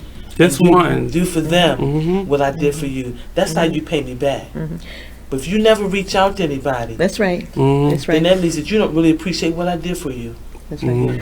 But it does make you that space in between makes you take a hard look at life and recognize that you're still here for a reason. Yes. You're not here just because God didn't have anything else to do with your life. Okay. Right. Let's make somebody else's life better. Maybe it's because we don't have children. I've always had a passion. I've always had a passion for young people and working with young people. I was a big sister for 13 years with big brothers. You have children though? No. Okay. With big brothers and big sisters. Yeah. I was a big sister for 13 years with big brothers and big sisters, and I worked with children at oh Lord, what's the place in abuse for abused girls? Okay, for like 11 or 12 years, and then I worked with an after-school program, Granville Academy, which is science, engineering, technology, and entrepreneurship. Everybody said, that's STEM. No, we were around since '83. STEM just came around a few years later. Right. And what we would do with, and see, I've always loved working with children because they teach you so much. I mean, you really do they learn make from you them. remember stuff. Yes. Yes. And when I see these kids that I have, worked with over the years, and when they come to you and say, well, Miss Jennings, you taught me at, and I'm not a school teacher. I was, I guess, more or less a mentor. It makes you feel good. And now I'm doing thus and so. It really makes you feel good. And we had this one Granville Academy. It was an after-school program with science, engineering, technology, entrepreneurship. But we take the kids on field trip. We have a conference every year in a different state where we had an affiliate, and they would get to meet people from across the country. They had an opportunity we took them to the Black Engineers Conference that used to be here every year, and they got. The Army Corps of Engineers, they met those kind of people. They met the Bill Clinton's lawyer. What was his name? Yep. All kinds of people. We took them to the Executive Leadership Council. The MC for the evening was Roland Martin. The speakers were Magic Johnson and General Colin Powell. So these kids have an opportunity to interact with all of these people. And when I see them there and they talk about what Granville did for them, I feel like I want to cry because when they're going through it, you don't know if they're really paying attention to everything that's going on, but they are. It's like planting seeds. And you don't take because it's normally a lot of information. Yes. You have just a lot of adults saying stuff. Yes. But in moments, I still live by the motto from my middle school, being a man for others. That's something that stuck with me, and I don't think they thought it would stick with people, but children know it. But if you just give them the information, that's right. Give it to them, and just let them, let it blossom in them the way you see it.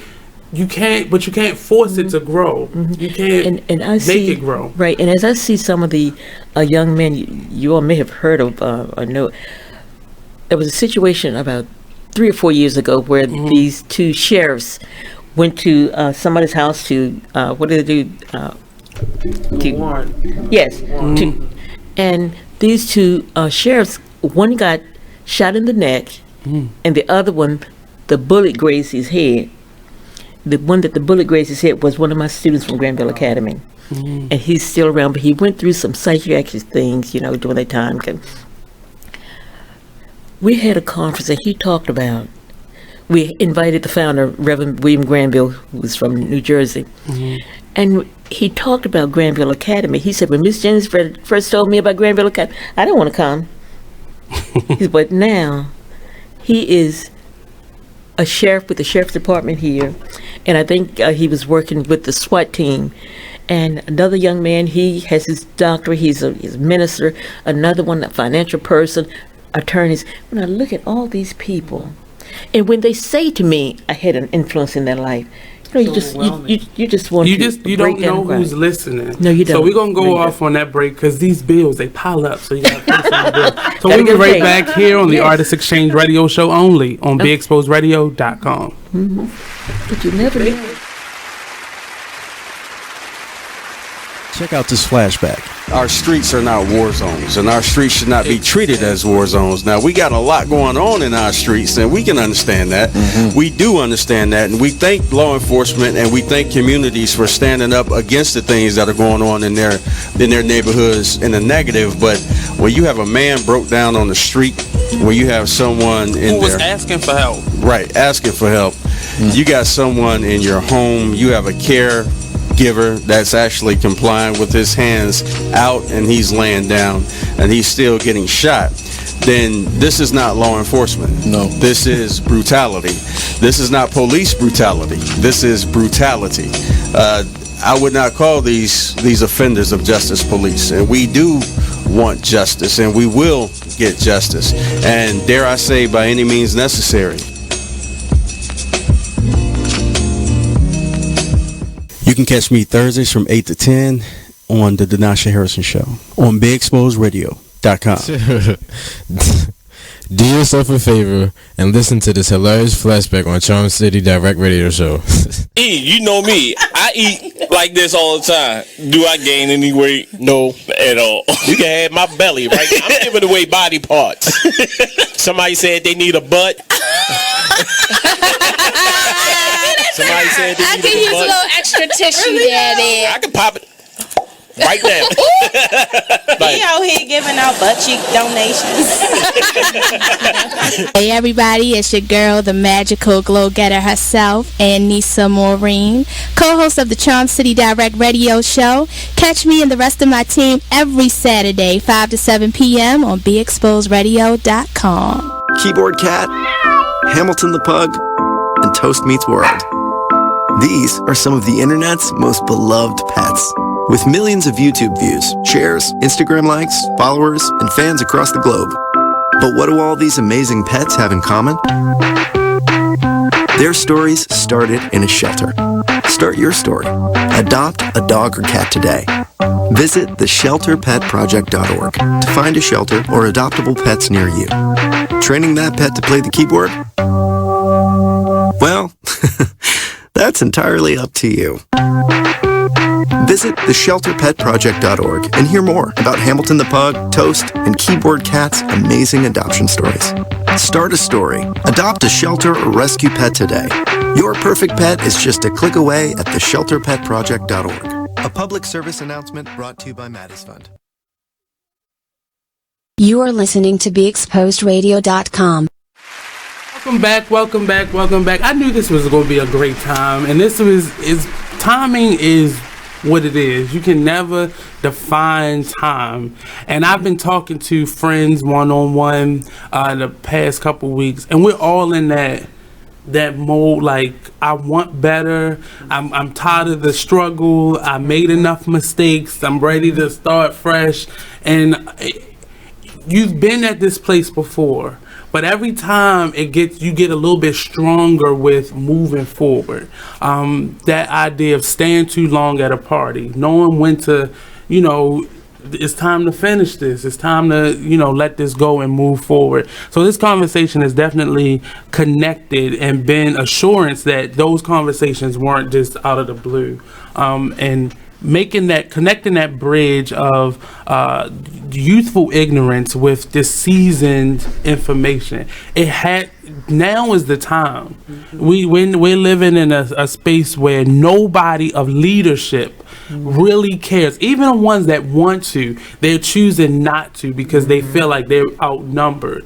And you're in a space where you have to tell your truth, and we have to be connected. I'm so connected to friends and family now, more so than I've ever been. And it doesn't feel as forced as it was. Like I was telling them, I went to go see my grandmother for her 80th birthday, and it was something very impromptu, but I could tell she felt the presence. And she hadn't been the best grandmother in the world, but she definitely, I think she was coming to that space of just wanting her family around her. And at 80 years old, nobody's living to be 80 anymore. And it's a thing that I'm blessed. I grew up with my great grandmother in my house. Wow. So you don't know that type of wisdom. And now I understand why certain things are already inside of me, because I grew up with that type of energy in my space. And I'm just learning to now utilize it and tap into it. I'll ask both of you this question. I ask this to all my guests, and you might gotta take a minute, but what advice would you give to your 17-year-old self? Not to change anything, but what advice would you give? You want me to your 17-year-old self, if you could talk to that I need person. to think back to when I was 17. Me too. Okay. It was just yesterday, so that's easy. Yeah, it's just a couple days ago. Stop lying. At 17, I was in so much pain. Mm-hmm. I was suffering with poor self-esteem. Mm-hmm. You would never believe that, listening to me and seeing me now. Mm-hmm. But grew up with that.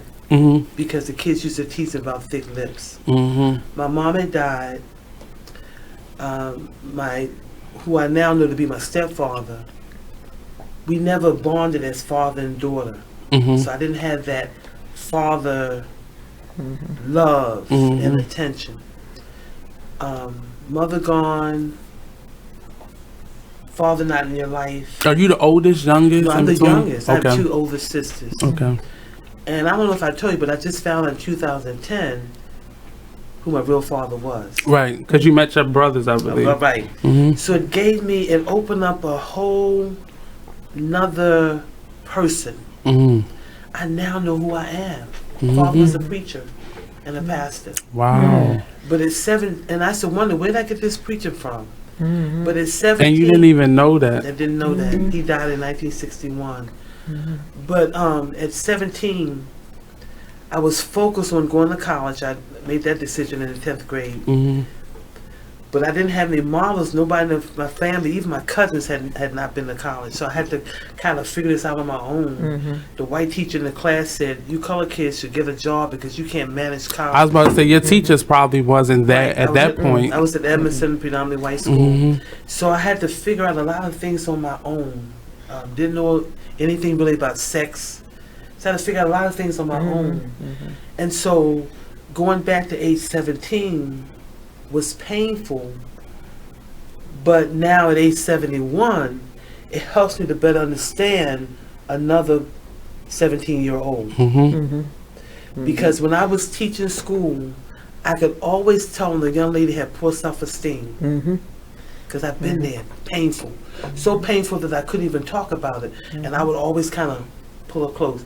And I'm coaching, so it's easy to do that, you know, because I know the pain of feeling that.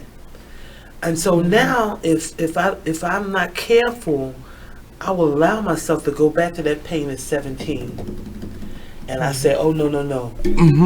We move past that. Now help somebody else move past it. Very, very painful teenage life, very painful. But I'll just second that up. So not going back, how do you not go back to it? Remembering where you were. So at 17, you had that umph in you, but how do you not go back to that and relive it versus, okay, I just got to learn this, okay, I'm back, and I'm back here. Well, because I'm enjoying life so now, Okay. I'm loving being 71. And the 40-year-old men, too, they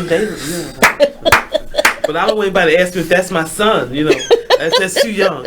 But I'm having so much fun in life that I very seldom even think about that unless I'm talking to someone who's there. And I'll say, well, let me share with you. I know how you feel. Right. One of the challenges of being a pastor is that you have people in your congregation who have these experiences that you have no idea.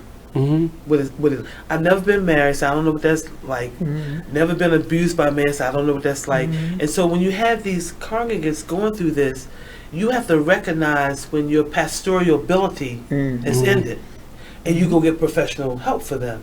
Right. You know. So I'm at a place where I'm just enjoying life. I'm so glad to be alive. Absolutely. And to be looking halfway decent, you know. People say, Girl. why you Look always dressed good, up? girl. I like being dressed up. I just like being dressed Mhm. up. Always sharp. And I can be in a room where nobody's dressed up. I don't care. Y'all do you know. I did try to buy some jeans the other day, but them jeans look like they were dirty. I couldn't spend that money on the jeans. I'm like, oh, no. See how they wear them now. I know, but I don't See, we're too much alike. I do not own a pair of jeans.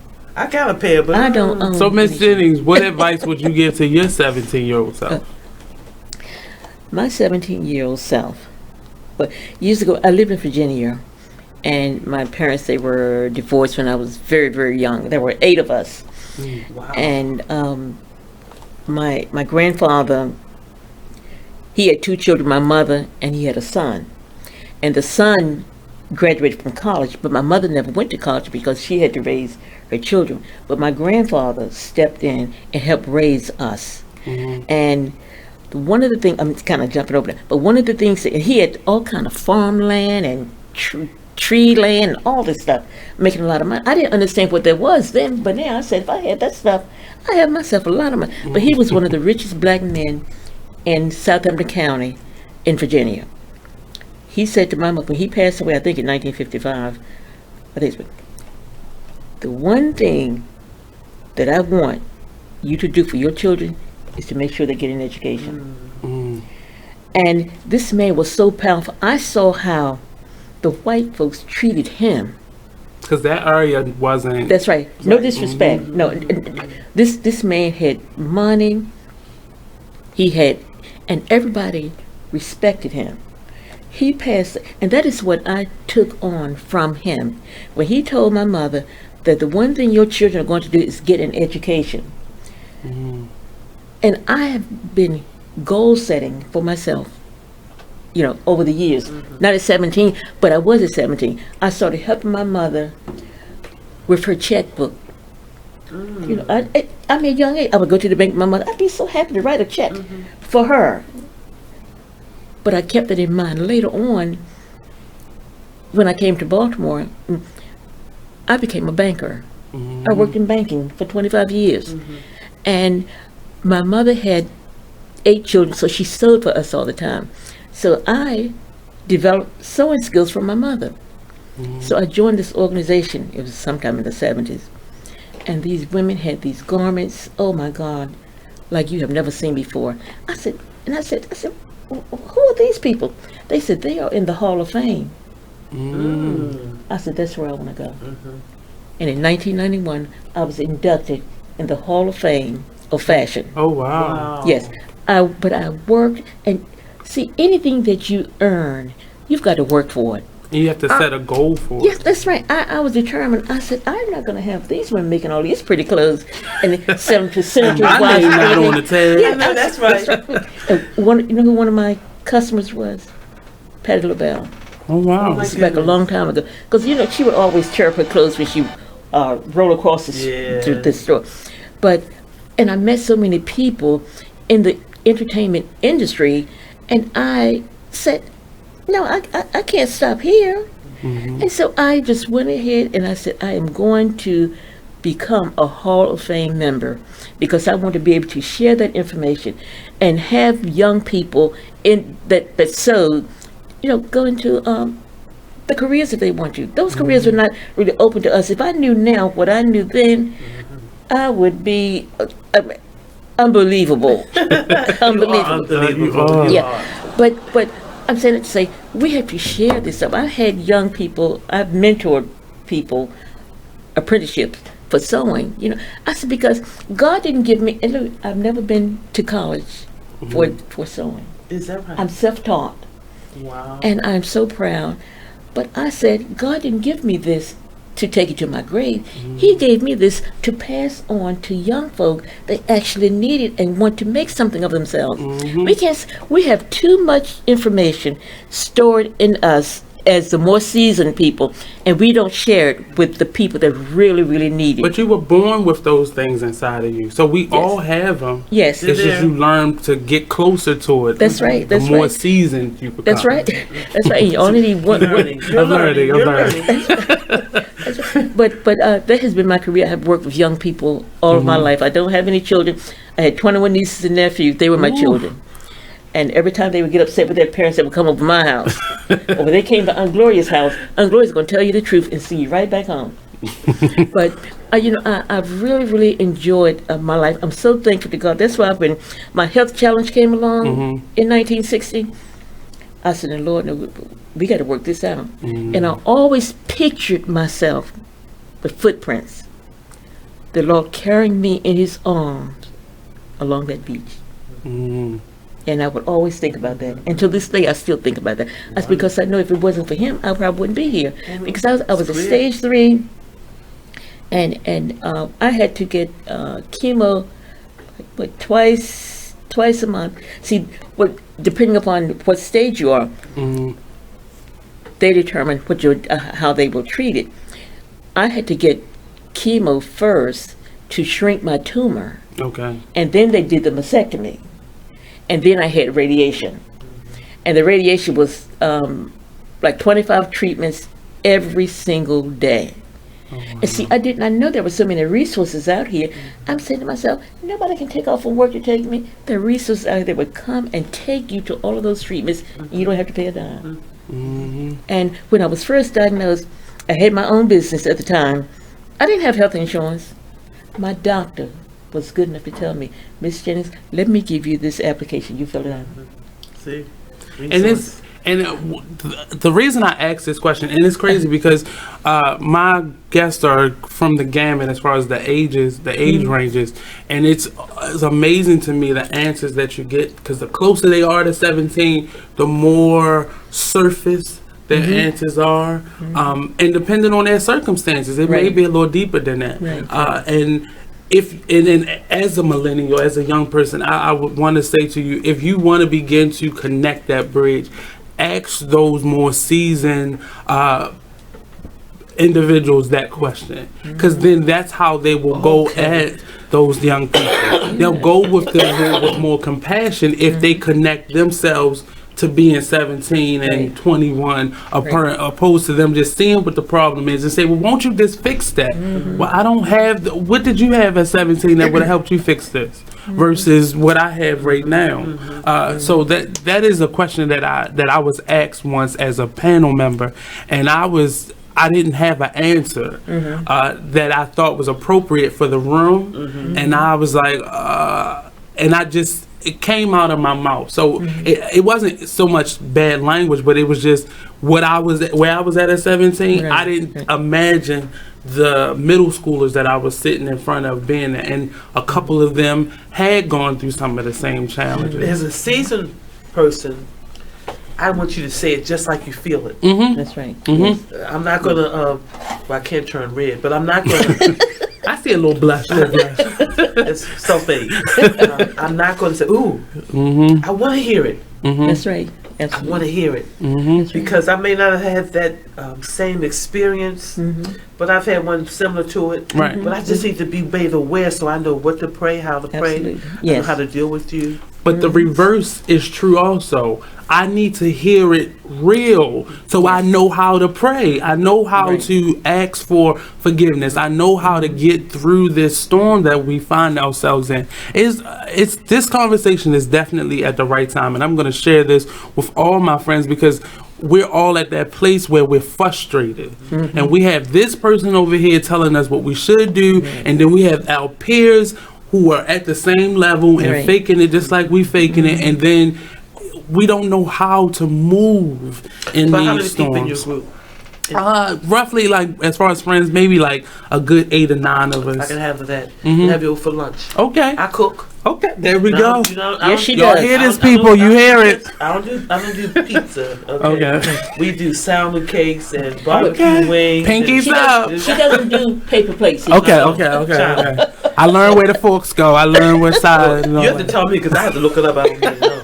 But have me over for some dal, and I'll cook the food. I'll get somebody to serve it, so I don't want to be fixing a salmon cake and I miss a conversation. I want to hear it all. And I'm what a lot of my peers are going through, I hear in my mother now, who got sick at a late age. And she's going through this rediscovery of what her passion is. And I'm sitting there listening to some of the things that she's saying and fears and hesitation. And in my back of my mind, I'm not saying this to her, but I'm going through the same thing. Like, you get to a point, like, I'm in theater, so we got this ensemble thing. So you learn to be an ensemble, get things together, and at some point, you got to be an individual. And I came to you at a crisis moment in my life, and you told me I had to be selfish for a moment. Well, I didn't know how to do that. So selfish for me meant turning everything down, turning everything off, not communicating. And I'm slowly learning how to then add things on. This is actually how the radio show came to be, because this was me being selfish. I had to figure out and quiet all the noise and listen to my own voice and be able to get back to what I wanted as that imaginative little boy that I used to be, and just learn how to just be at peace with where I was and what I wanted, and just be able to move forward. So a lot of young people you think that that's where you're going as you grow in your stages of life. Well, young people go through the same thing. We're going through stages. We're growing. We're learning who we are as we're at the beginning of it. But you learn that. But you just helped me go back to my being 17, because when I was 17, I was helping my sister take care of her children, help raise the 5, and then put the one niece, through college. And so I was doing adult things at 17, like taking them to the clinic. And I remember one day I was on the corner, I had 2 of them. At that time, the only black hospital was Providence down on Division Street. And so this lady turned her nose up at me. Years later, I realized that she thought that I was a young girl and those are my children. But I never thought of them. My sister had to work, and my sister always made sure that we had food in that house. I never went to bed hungry. I may not have had what I wanted to eat, but I always had something. Our lights were never turned off because she worked.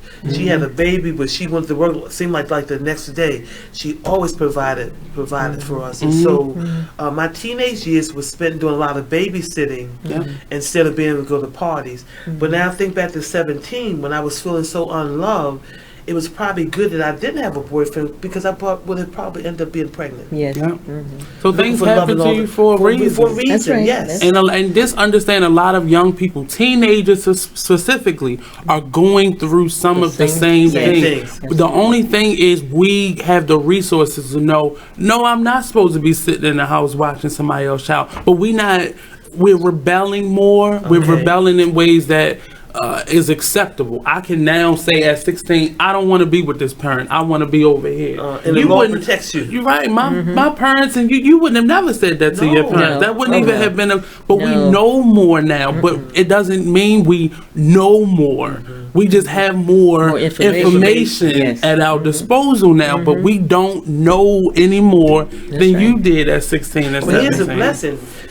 But you want to know more. That's a blessing. You want to know more. Well, that's what you all made possible. You made it possible for us to have the right to know more. Yes. I have the right now to go to school, and I don't have to go work in the field somewhere. That's right. I have that right now, and as laws that say I'm not supposed to be doing that. So you paved that way for us to be able to have that arrogance that we have now. I'm excited because I know when we look around, everything feels so hopeless, but I still have this hope that we as a people are going to do better.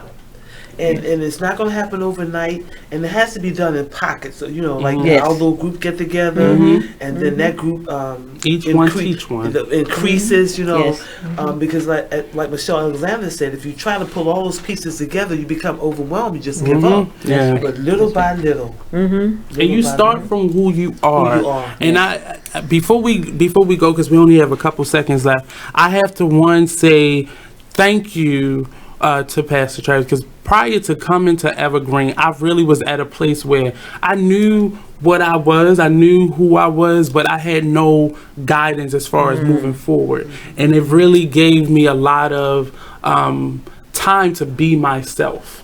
I am an artist now through and through, and I had the right to be an artist, and I have a right to be who I am, and not just who I say I am, but who I actually am. So I really thank you for coming on today and just being a blessing to so many people. I've never met anybody who knew you who didn't have something good to say. Oh, I got a list. I can give you. But I haven't met them people. Number. I haven't met them people.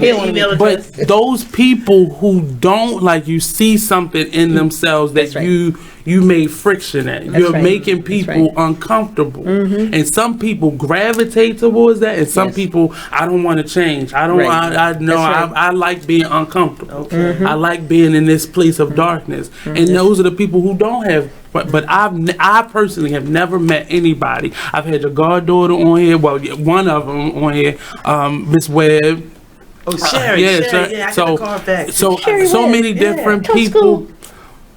Yeah, she's a teacher. That's right. Yeah, right. So many different people that I've met. She modeled for me for years. And she runs. Sherry Webb. So I want to say thank you. The information for the cancer walk, getting back to the topic at hand, will be on, is actually already on our social media pages, and I'll definitely continue to share it and put up the information. Is there anything you want people to know about the program in 3 words or less, or 3 seconds? No, they can always call the number 443-354-1852. Once again, 443-354-1852. And that's the journeycontinues.org. You can go there and find out a lot of information. If you're looking for resources, I saw a lot of helpful information on there, and I'll definitely continue to share that. And I like to, Miss Dee Dee gave me this about 2 years ago, and I still use it for every show. Let me say one thing. I just want to say, have people go to tjc.org website and sign up or donate for the walk on June 24th. Yes. Reverend Ruth Travis Group. The Travis Group. Right. For the walkathon. Right. Yes. So Dr. Ruth. Dr. Ruth. I always mumble up. Dr. Ruth.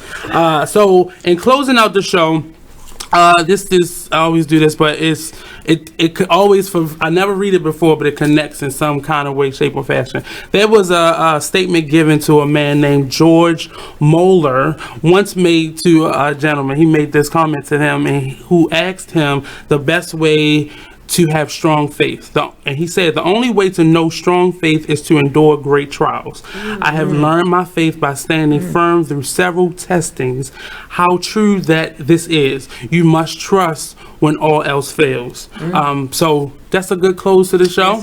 I really appreciate you, Dr. Travis and Miss Jennings, for coming on the show today. Thank you for having us so much. Gotta come back again, and we will continue this conversation. Yes. Okay. But tomorrow, again, we won't be here. The next show up at 9 tonight will be It Is What It Is radio show. So thank you again, Eric. Thank you to everyone who tuned in. And I'll be sharing out the entire show if you missed any bits and pieces of these gems that were being dropped today.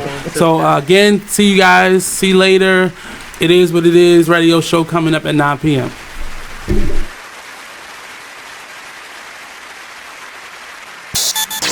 Join the club that gives you stuff. Hey, thanks. Radio Loyalty. Here's how it works. Just click